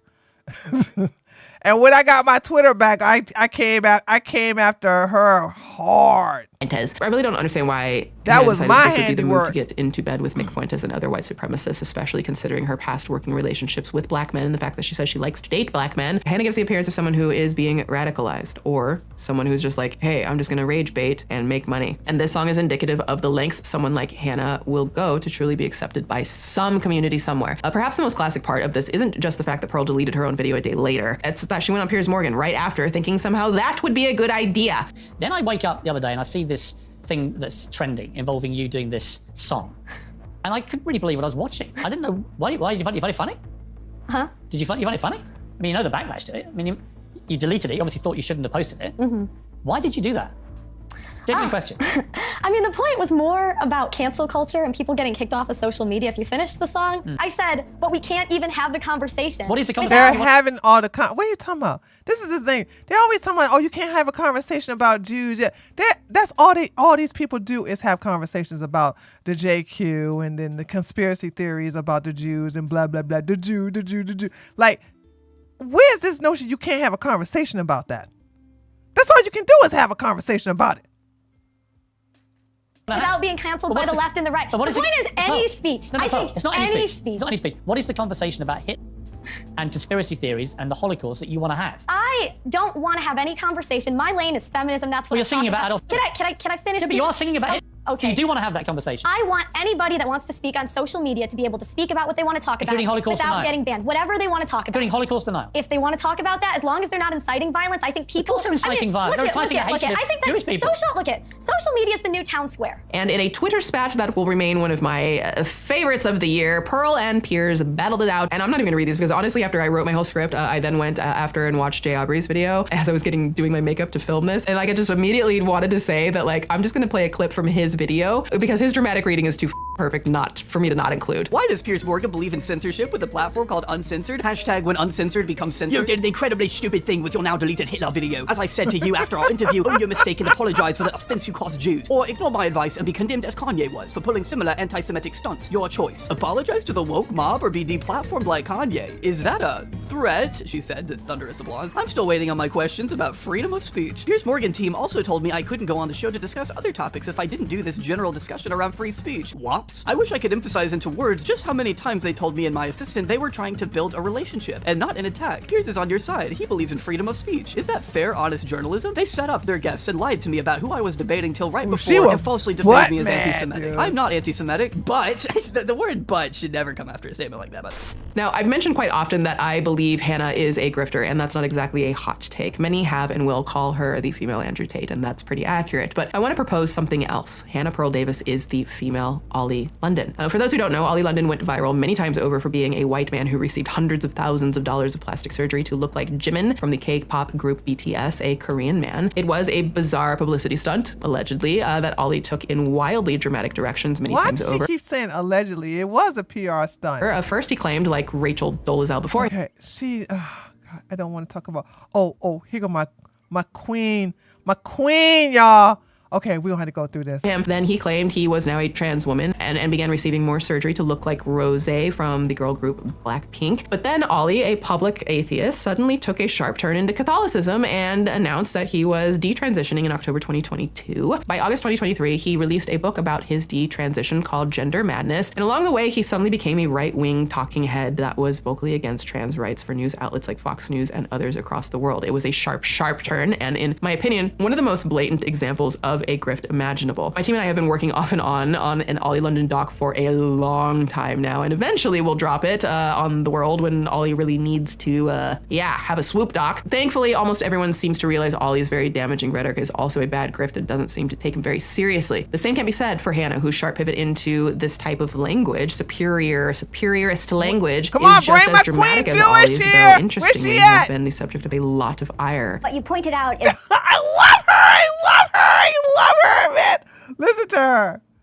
that we're really facing a crisis of societal conscience, where someone like Pearl, who engages in hate speech, and actually the irony is she's complaining about being canceled, and yet she's on your platform. She has millions of viewers on the internet and on social media, and she's complaining about being canceled. The crisis is that this is what is profitable now. This clickbait, this type of racial incitement is profitable on the internet. And, I'm sitting here, I'm listening to Pearl. I don't know if she's just plain stupid, or she's actually quite intelligent and knows that what she's doing is so sensational that it's going to make her a lot of money. But I want to say one thing, Pearl will disappear. She will disappear, like many others before her, because this is something that's just a moment in time. She's like a train wreck. It's like a car crash.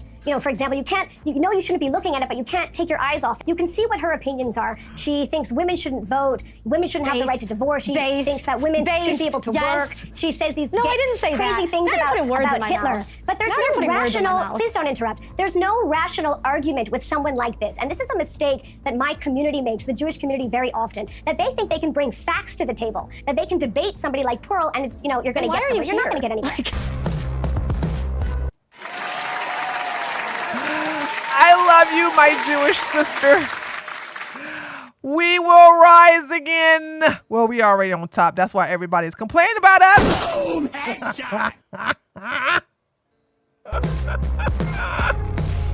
I love her. I love her. Like, I've even talked to people that work at abuse centers, and they say that the majority of abuse is mutual. So it's not just one side's hitting the other. It's mutual. So things got even worse on a different side of the internet when Hannah, who wanted to expand her brand a bit, decided to hop on over to a wildly different side of the internet and accept an interview from the one, the only H3 and Ethan Klein. Computer. Okay, so stay with me. Okay, Detective Swoop. Okay, we're doing this. So when I'm with you, girl. Swoop. Sorry, I couldn't resist. Swoop. This is gonna be fun to watch. I believe in family, so I think that we should have policies that push family. I think that feminism overall was a bad thing. I think women are happier when we have, a family and kids over a career in the long run. Mm-hmm. Yeah. This is how Hannah starts her interview. Now, Hannah actually admits right up front that she's nervous, and truth be told, she should be, because Ethan is exceptional at conducting interviews. Some things you just we want a debate, and this ended up turning into a debate, and this, to my surprise, Ethan did a really good job. And from interviewing hundreds of people, you see patterns. Right, but sometimes when you interview people, you interviewing specific people with specific experiences, you're obviously going to run into a bias. Now, right before this clip, Hannah said she's fully willing to admit when she's wrong, but consistently proves throughout the interview that she's unwilling to budge when she's challenged on ideas like, alleging that kids from single mother households are at a disadvantage, or that divorce should be made illegal, or this mess of a conversation. I'm assuming your stance is abortion should be off the table in any situation. Yes. So if a dad rapes his daughter, then she needs to give birth to that baby. That's less than 1% of cases. Why do you guys always bring up? I know, no, but that's important, Pearl. Bring up the most, because if you're going to have a conversation about difficult things, let's talk about the difficult things. This is why the laws exist. The laws exist to protect that little girl. I'm saying let's talk about the most common thing. That's first. easy. And That's easy. But I'm saying that's not what's difficult about this. But I'm saying we can get to the difficult things later. But it's why do you guys bring because up the that's the interesting part. I'm telling you, the law is there to protect on those fringe cases. I'm saying, telling you why. Why don't we start with the majority of Didn't abortion? we just do that?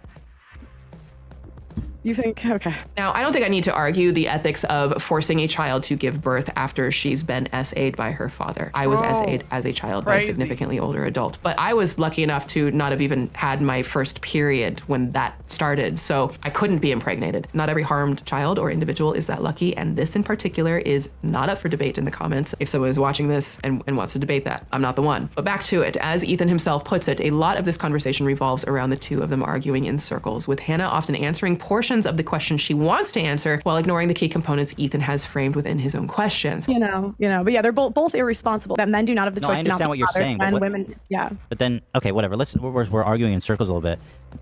Let's talk about abortion then, since you're against abortion. As I'm sure you've seen in my docs or other videos, this is a really common but disingenuous way for bad actors to respond without responding. But what's interesting is that she actually seems to acknowledge that directly within her answer here. Like, Hannah is well aware that she's not answering the questions, and no matter how armed with facts she claims to be, she is fully willing to quintuple down on the takes that are making her the most money. But it's like, I used to read actual slave accounts, and I was surprised how many didn't say bad things about their owners after they were free. Mm-hmm. And it's not to say, like, slavery was a horrible institution, but I can't talk about that fact without getting canceled. I can't say, hey, these slaves had a good relationship with their owners Because without it's getting not canceled. true. Because it's just not true. It's not true.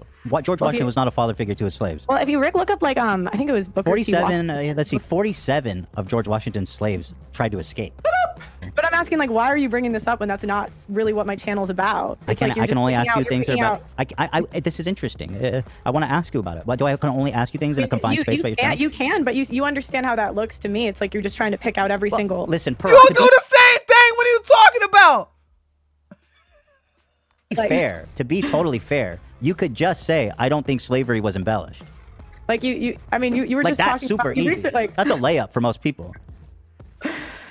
I was quoting a book. That's the crazy part. I was quoting a book. Stop it.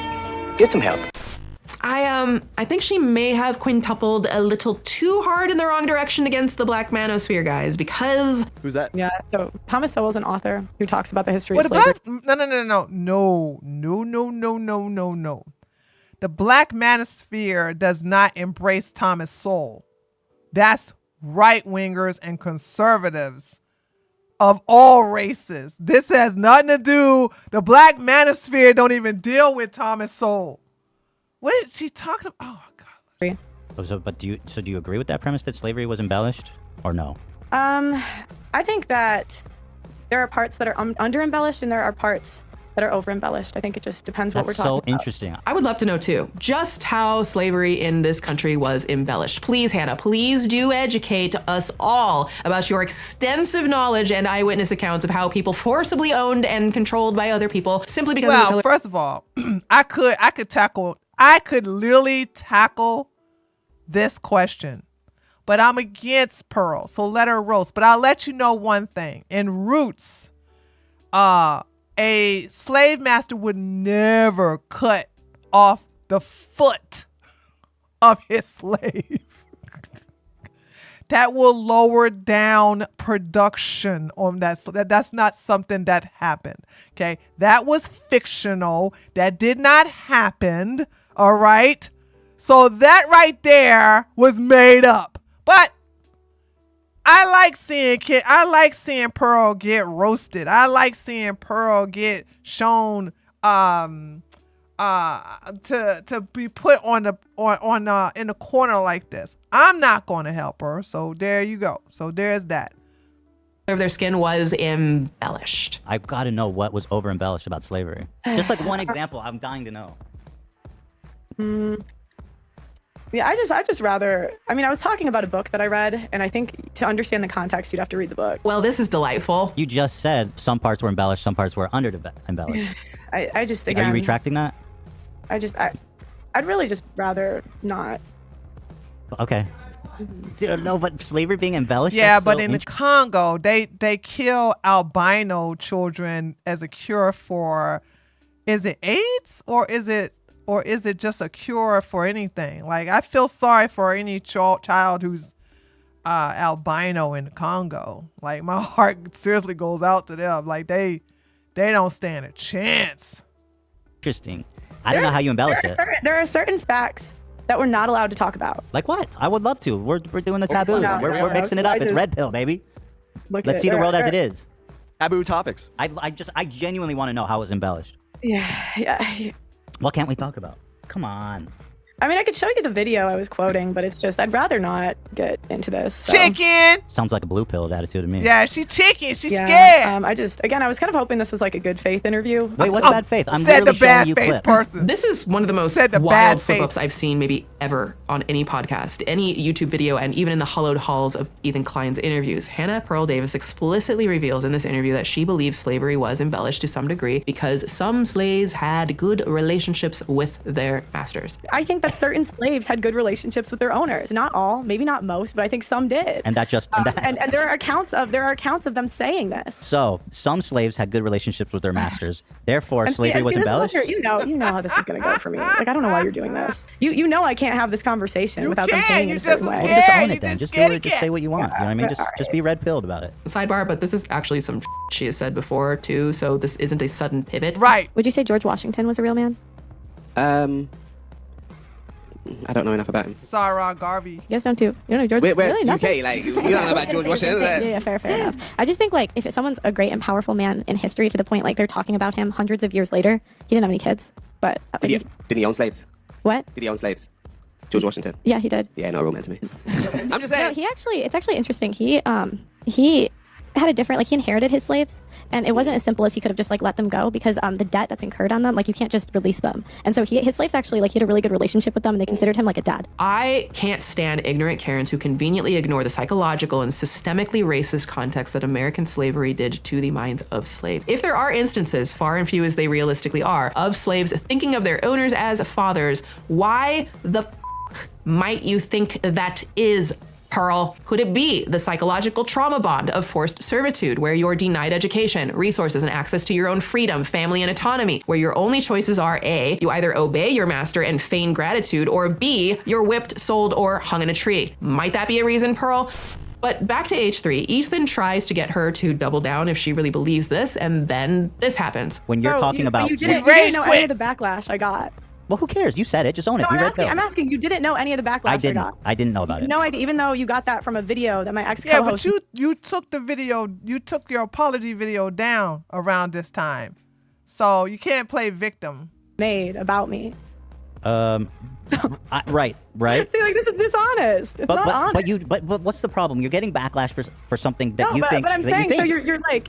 A hard turn into defensiveness and a pivot into ad hom attacks on Ethan for the deadly sin of having his team research the person he's about to interview for 2 hours. Like, because you got that clip from an... Like, okay, who cares? We're not here to protect your reputation. Yeah, I mean, who cares? Let's say care. I didn't know about it to the extent that it was such an issue for you, but let's just say it was. I do. Hold on. Jahan, hold on. I never put people in a monolithic group. Okay? Hold on, let me read what you just said. No, that's a remote tribe that thinks they're witches, not the whole of Congo. It was amplified by whites to make Africans look like animals to justify their actions. I don't mean to be mean, but you don't need the white man to amplify nothing, okay? I'm just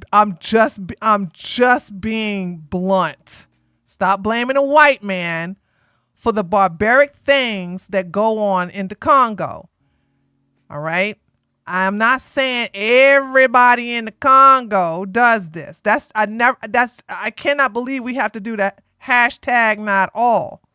But the fact that you have a group that are hunting down albinos and taking them out like that for whatever superstitious wishes or whatever, that's something we don't have here in America. It's against the law. So don't come in here with the white man making y'all. The people in the Congo did that.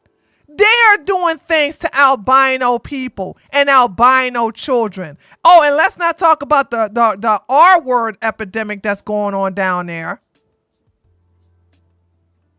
Okay, I don't understand if you all think I'm here to vilify the white man and let you all get away scot-free. You came to the wrong channel. Don't let the dreadlocks fool you. I'm not on your team. We don't have nobody taking out albinos here in this civilized country that we call America. So, yeah, what are the government agencies doing about this situation in the Congo? I tell you what, not a damn thing.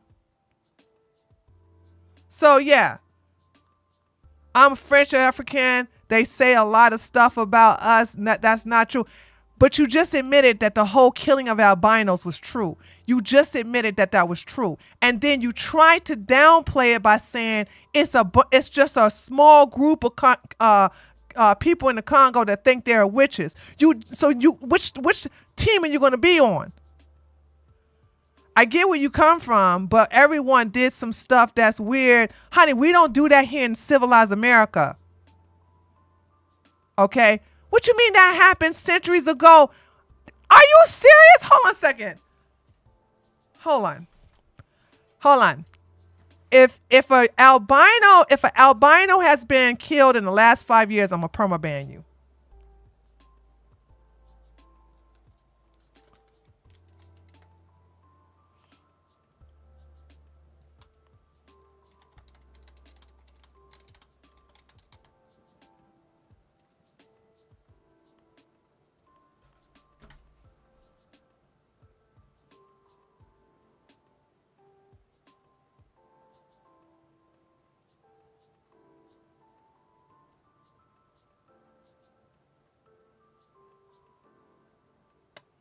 %98 of albinos die by the age of 40 for the reasons that, okay.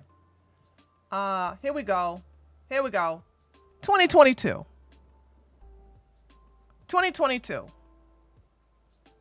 Is Malawi in the Congo?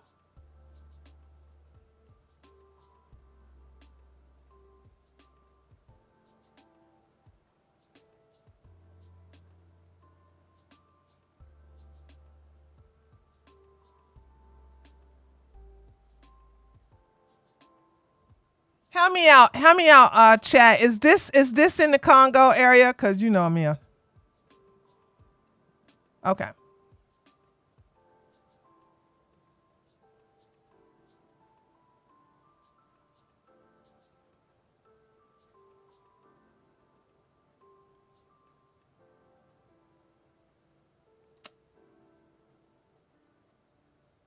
Here's the thing. How do I look up specific Tanzania? Is Tanzania in the Congo?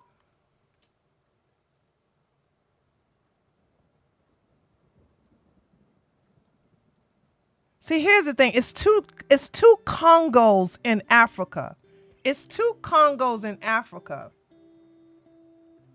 And I'm trying to see the Republic of Tanzania is East Africa and Africa Great Lakes, and it borders Uganda.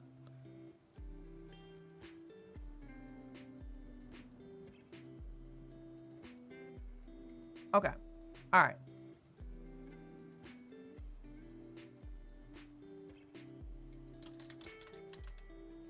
And that was in 2022.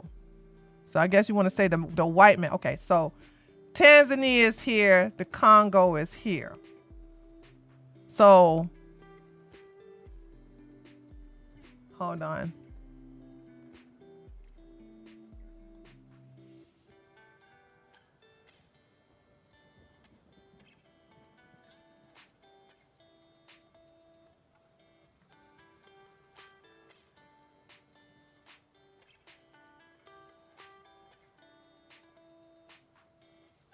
It's still going on. Hold on a second. I want to get a definite. In parts of people with albinos are hunted down for 2017. How many? Okay, we have one in 2017, 18, 19, 20, 21, 22. Okay, that's past 5 years. I said in the last 5 years. Attacks against people. Okay, this is 2022.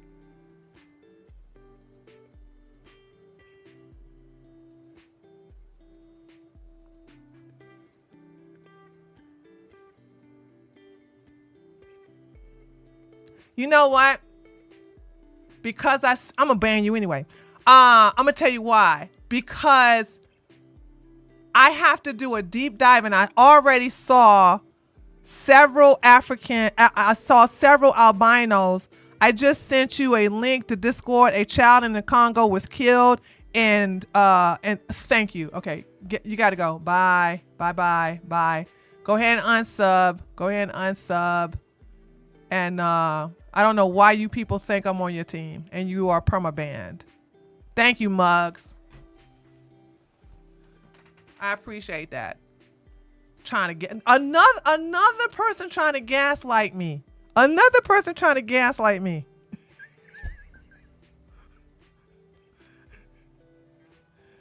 talking about something. It's the white man. Well, I don't understand. What do I say and do to make you guys think I'm on your team? I swear to God, I really want to know what makes you all think I'm on your team. Is it because of the way I talk, or is it because of my hair? It has to be the hair. It has to be the hair, because over 90% of Black female content creators wear wigs or weave, which is nothing wrong with that, honey. Because let me tell you something. I have a Donna Summer wig that I look fierce in. Okay. But because I wear and I put a hat on, so I don't even know how you all are like thinking I'm on your team. This really makes me angry that you are so tribal that you don't even bother to look into who I am. Do you know I am your enemy? I don't understand this whole thing of the tree, she is a sister. She is on our side. No, I'm not. No, I'm not. This is the reason why y'all can't come in here and start blaming the white man for the barbaric things you guys do to each other in South Africa. You want to sit up, they want to sit, listen, that was one of the things that made me angry was because albinos are very common among African people and common around Black people. So to sit up here and blame Africans who specifically target albinos and to blame that on a white man, you have lost your mind. You really have lost your mind if you think I'm going to sit up here and let you get away with not taking accountability for your barbaric actions. I don't do nothing that even dog whistle to you people. I don't do anything that makes you think I'm on your team. And yet still y'all come up in here and go, it's the white man. We need to blame Whitey. Whitey is the reason why we take out them albinos. Then when I go look it up, and I'm getting very angry as I'm looking it up because I'm seeing other parts of South Africa taking out and unaliving albinos, it makes me really, really, really, really angry. Who are you? I'm genuinely curious to know about you. Well, guess what? If you don't know about me, what the hell you doing here? You getting banned too. Let me put you in timeout. You can go ahead and unsub there, strap dog. Because if you join my channel and you don't know who the hell I am, I don't know what you doing in my daggone chat. Get the hell on. You are permabanned. Who's next? And why are all these men joining me? I don't understand this. And it's odd. And ladies, and listen. And you ladies want to know why I get so mad at you all when you settle. I'm not even on the daggone camera. I'm not even showing my beautiful self. And here it is. I got these dusties, white and Black, up in my daggone chat, trying to give me their attention, trying to get I just banned the African, now I just banned the white boy. Both men, XY chromosomes, up in my daggone chat. Neither one of them don't know me for Eve. They not Adam. They don't know me from Eve. Yesterday, up in my chat. Okay, let's continue our regularly scheduled program after being derailed like that. I do have to go though because I have a show coming up. So. Okay, let's just end on this note. Mm-hmm. Slavery was embellished because some masters had good relationships with their masters. Some slaves had good relationships with their masters. All right. But don't you see how easy it is to just say, I don't think it was embellished? I don't think it's a secret. You guys act just like I've been preached. Like, you Pearl, act just like them. Wait, Pearl, I don't think it's a secret that some masters had good relationships with their slaves. I don't think that's a secret. There's been a whole diversity. I really appreciate you having me on. This is where she rage quit. Thank you. George, Thank you. Okay, I appreciate. Okay, have a good night. She hung up. They like my avatar. It is nothing special about my you mean to tell me they turned on by my avatar because I'm sitting in my chair like that? It don't take much to daggone stimulate these men, does it? Whoa. This podcast was the sharpest decline yet for Hannah because now she wasn't just a pick-me girl courting the manosphere. She was viewed as a rising star in the spaces that believed these types of BS things, something she solidified with her most infamous moment yet.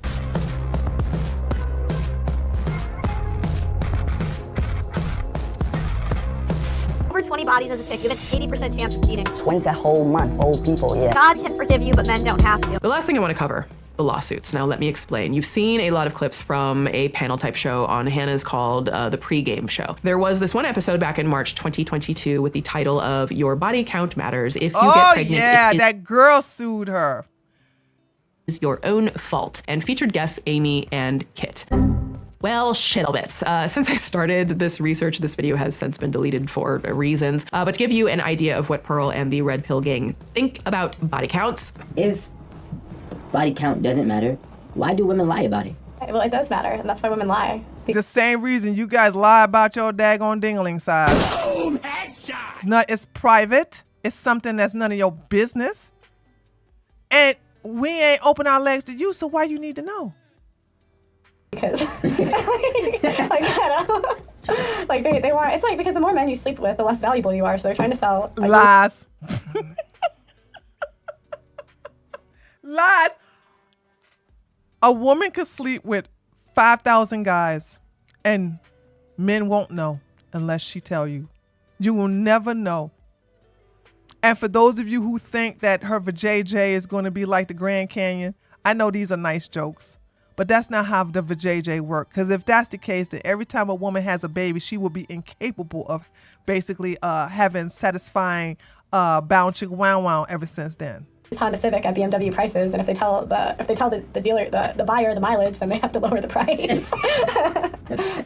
During the nearly 4 hours of interview, all three of them had a debate over whether somebody's SUL history should matter to a potential or current partner. Specifically, how many people you've had S with, your body count, fun topic. People don't like this study, so there's a couple different ones, but if you're a virgin on your wedding night, you have an 80% chance of a happy marriage. So there's a couple studies that say lies. 60 to 70%. I hope she debunked this. It This is depends a which bunch of one, but it drops lies. to a 25% chance after like 5 to 7 partners. So you're basically ruined after like 5 to 7. Because you're None of us in here can be considered traditional women. And back then, an average guy could get You don't ever want to be traditional women, ladies. You never want to do. You don't want to be traditional. That's just, you are a servant. You are a concubine. You are enslaved. Traditional woman. And now what does he get? He gets a boss bitch, a boss babe, a girl Yeah, that's been exactly. Okay. ran through. He gets an ex-hoe. He gets a born-again virgin. Like, What do this I is, get? as women, this is what do we get? We still get protection and provisioning. Are you sure? And the that's- average yeah. salary, That's what I'm looking for. the average, That's, not- I mean, okay, okay, but here's the supplement. thing. The average salary could cover an apartment. But the thing is, like, women, we want this lifestyle that's not even realistic nowadays. Like, we want men that make more than we do, and we want them to pay all of the bills. But it's like, we all have our nails done. We get our hair dyed. We have makeup. We have all of this stuff that costs. I mean, but I want you to understand, this is a woman who's coming from money, who's telling other women to have low standards financially. The audacity. Money because we want this lifestyle. And I've had girls come on my show and I say, would you date an average guy for companionship? You would have to go down in lifestyle. And they say, no, we're addicted to lifestyle. Everything. Yeah. Why should, hold on. Understand this. Pearl has low standards and low self-esteem. And she wants to project that upon women. Okay. Women, you can live the life you always wanted to, whether you get a man to do it or you do it your damn self. Okay. But you should not have to live like a peasant to appeal to a woman who doesn't have to worry about money ever in her life. We have seen Pearl fail upward.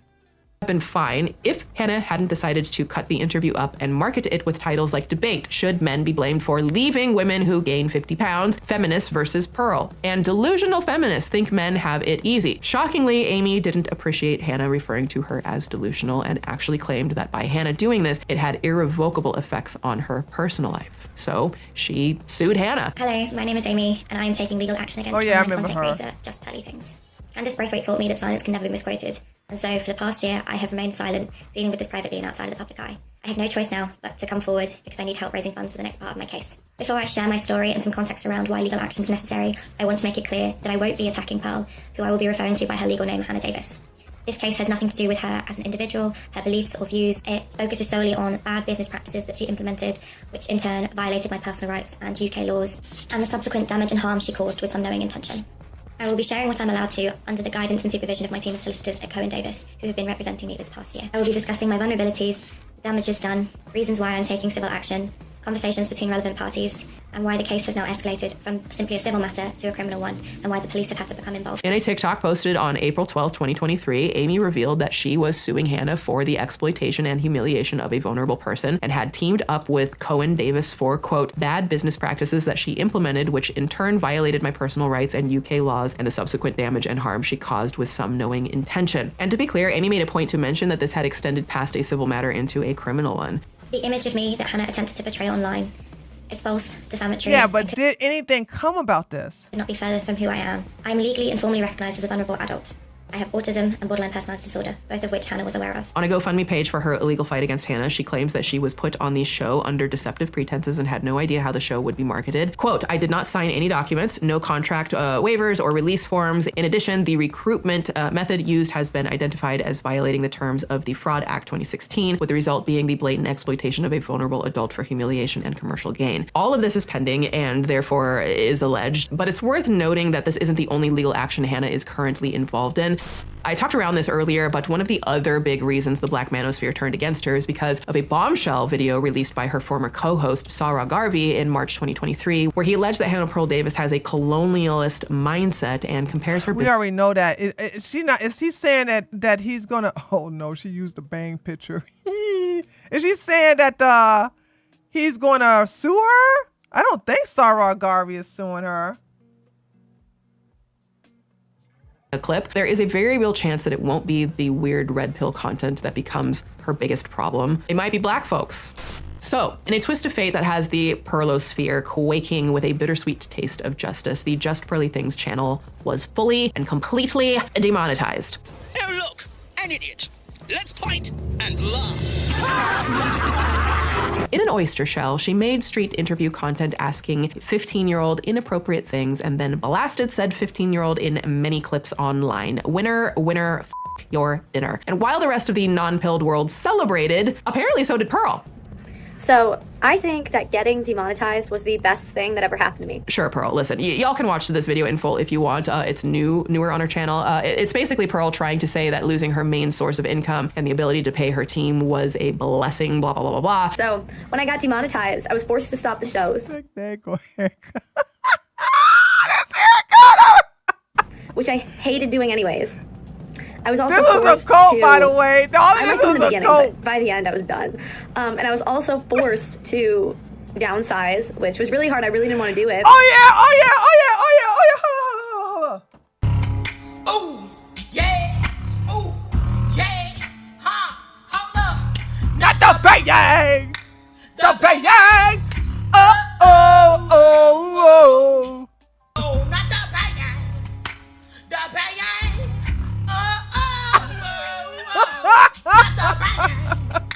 The bang! Oh, oh, oh, oh. Not the bang! The bang!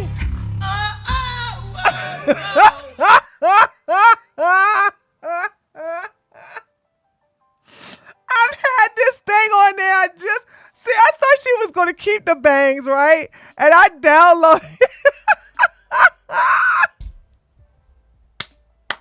Oh my God, I finally got a chance to use that soundbite, dude. But it was like the smaller we got the last couple of months, it was like less stressful on me. And I was looking back in hindsight and I just thought this probably is going to be, it was really hard, but it's probably going to be the best thing that ever happened to me. Well, I think that most of us can be thankful that Pearl has less stress in her life and most of her content. She don't care. This has nothing to do. She's just trying to save face because she tried to appeal. Apparently your researchers didn't do this part there, Swoop. She appealed 3 times and got rejected 3 times to get remonetized. So now she's just trying to find what she can do now to get. she's working. She says she's going to release some stupid documentary about her being demonetized, about her life being demonetized. Then she says after that she's going to release finally for the last 2 years about the divorce documentary. These are going to be 2 flops and she knows it.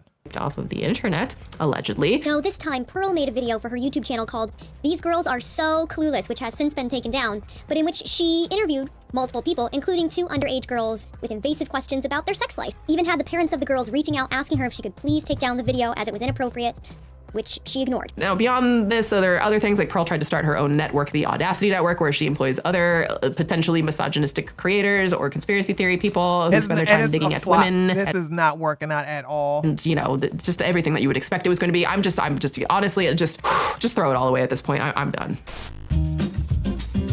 Oh, child, I am exhausted. I think. Okay, is that it? I really don't need a kitty planet.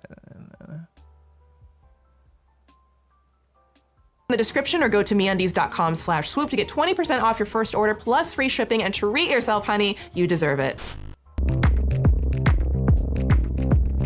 Here's the thing. I've already said a lot of my thoughts on Hannah Pearl Davis. As it stands, Hannah offers permission to hold misogynistic views just like Andrew Tate, but with the added bonus that Potato Tot could never have. She's a woman who tells young men they're superior and that it's okay to demand submission from other women. And she's also a woman telling young women that this is a great way to get popular. But women don't listen to her. Women don't listen to her. Remains, men don't seem to want to pick the pick-me Pearl, beyond using her as a way to promote their misogynistic ideals. True. See, women, here's a woman who thinks y'all should submit to our every will. It's like the classic and pathetic tactic some racist people try to use. Well, I have a black friend, I have a brown friend who said it's okay I listen to Candace Owens to rampantly use these slurs. So there, you know. The question is, how long will Hannah be the cool girl before the internet tires of her and moves on to the next big thing? Sure, she might make a few bucks, but her wealth has nothing on Andrew Tate's. And ironically, according to her own narrative, she really shouldn't be earning money anyways. Like, she should be at home in the kitchen serving her man. That she doesn't yet have. And that's not a dig. Those are the presented facts that she's shown. Building your career on a platform of internalized misogyny is like sacrificing your girlfriends to be popular with the football team at school. They might find you interesting and fun for a while. Usually it's more so just amusing, but eventually they're going to tire of you and move on, dare I say it, to a woman who actually feeds their minds, not so much their bellies. Yeah, times have changed. Because just like women have evolved past the archaic idea of outdated gender roles, so have a lot of men. Good men. The kind of men who respect their women's independence, which leads to longer, healthier, divorce-free relationships. And at the end of the day, Hannah Pearl comes across as a woman who desperately wants to be wanted by society and by a man. And in this attempt to be wanted, she pleads to the very community of men who will never want a woman like her. Let's be real. She's a free-thinking, vocal, independent woman with a job she created, who is not afraid to speak her mind. I don't agree with essentially anything Pearl has to say, but isn't it ironic that she's become the very thing that she seems to hate so much? But you know, as I always say, when all else fails, stay ready, stay petty, class dismissed. Okay. All right. Whew. That was a long video. I went well over my 2 hours there, chat. That's not good. I'm not happy. I'm still going to the gym. I have to make up a political thing. So there's that. Got lots of content to still go over. If I don't deal with that Coach Greg pill by tomorrow, then I'm just gonna get rid of it. I probably just give you guys a TLDR. Okay. And then go on from there. Okay, Revenue, you could be doing it in solidarity by going to your gym in your area, girl. Okay. Just saying. I'm just saying. You know what I mean? I'm just saying. TJ, thank you so much for the $10. Pearl reminds me of the fictional character Serena Joy in Handmaid's Tale. Both the show and the book, the manosphere will turn on her if it's not already happened. I never seen the Handmaid's Tale or Handmaid's Tale. So I don't get that reference. But yeah, the men are going to turn on her because, well, she's a woman. JM, you about to go to the gym too? All right there, Jim. Look, night gym. Hey. Hey, y'all. Ooh, all right. Yes. So, Smiley Glitter, thank you so much for the $2. And look, this is your 10th super chat. Yay, Smiley Glitter. Thank you so much, dear. The gym near me got wild turkeys near it for some. Reveneer, you didn't have to make up such a grandiose lie like that. All you had to say is, I don't feel like going to the gym. You just like, the wild turkeys are crazy at your gym, near your gym. Like, come on, girl, stop it. Dang, she ain't got no day. Ain't no wild turkey. I'm not lying. They are mean. Girl, I am not gonna believe you. Free Thanksgiving turkey.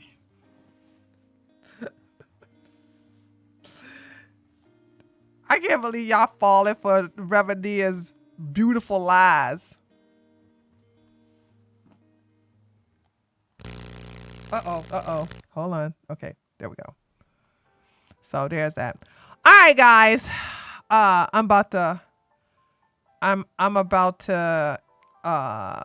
break it down.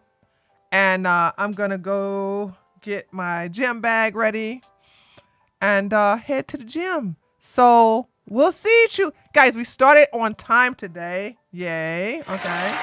So we started at 5 o'clock. So I'm going to see if we can start again. Now, if I have to get in front of the camera, that's the only reason why we started early on 5 o'clock. I mean, not early. We started on time at 5 o'clock because I didn't have to get in front of the camera. We'll see how tomorrow works. We'll see how that works or not, okay? All right, guys. You all take care, and I will see you. Sorry. I will see. I have my new key. I have a new board. I just haven't plugged it up yet because I have to do all that testing and stuff like that to it. Anyway, I'll see you guys tomorrow. Yeah, I'll see you guys tomorrow. Anywhere between 5 and 5:30. Okay. Thanks for coming by, and I'll see y'all tomorrow. Later, taters.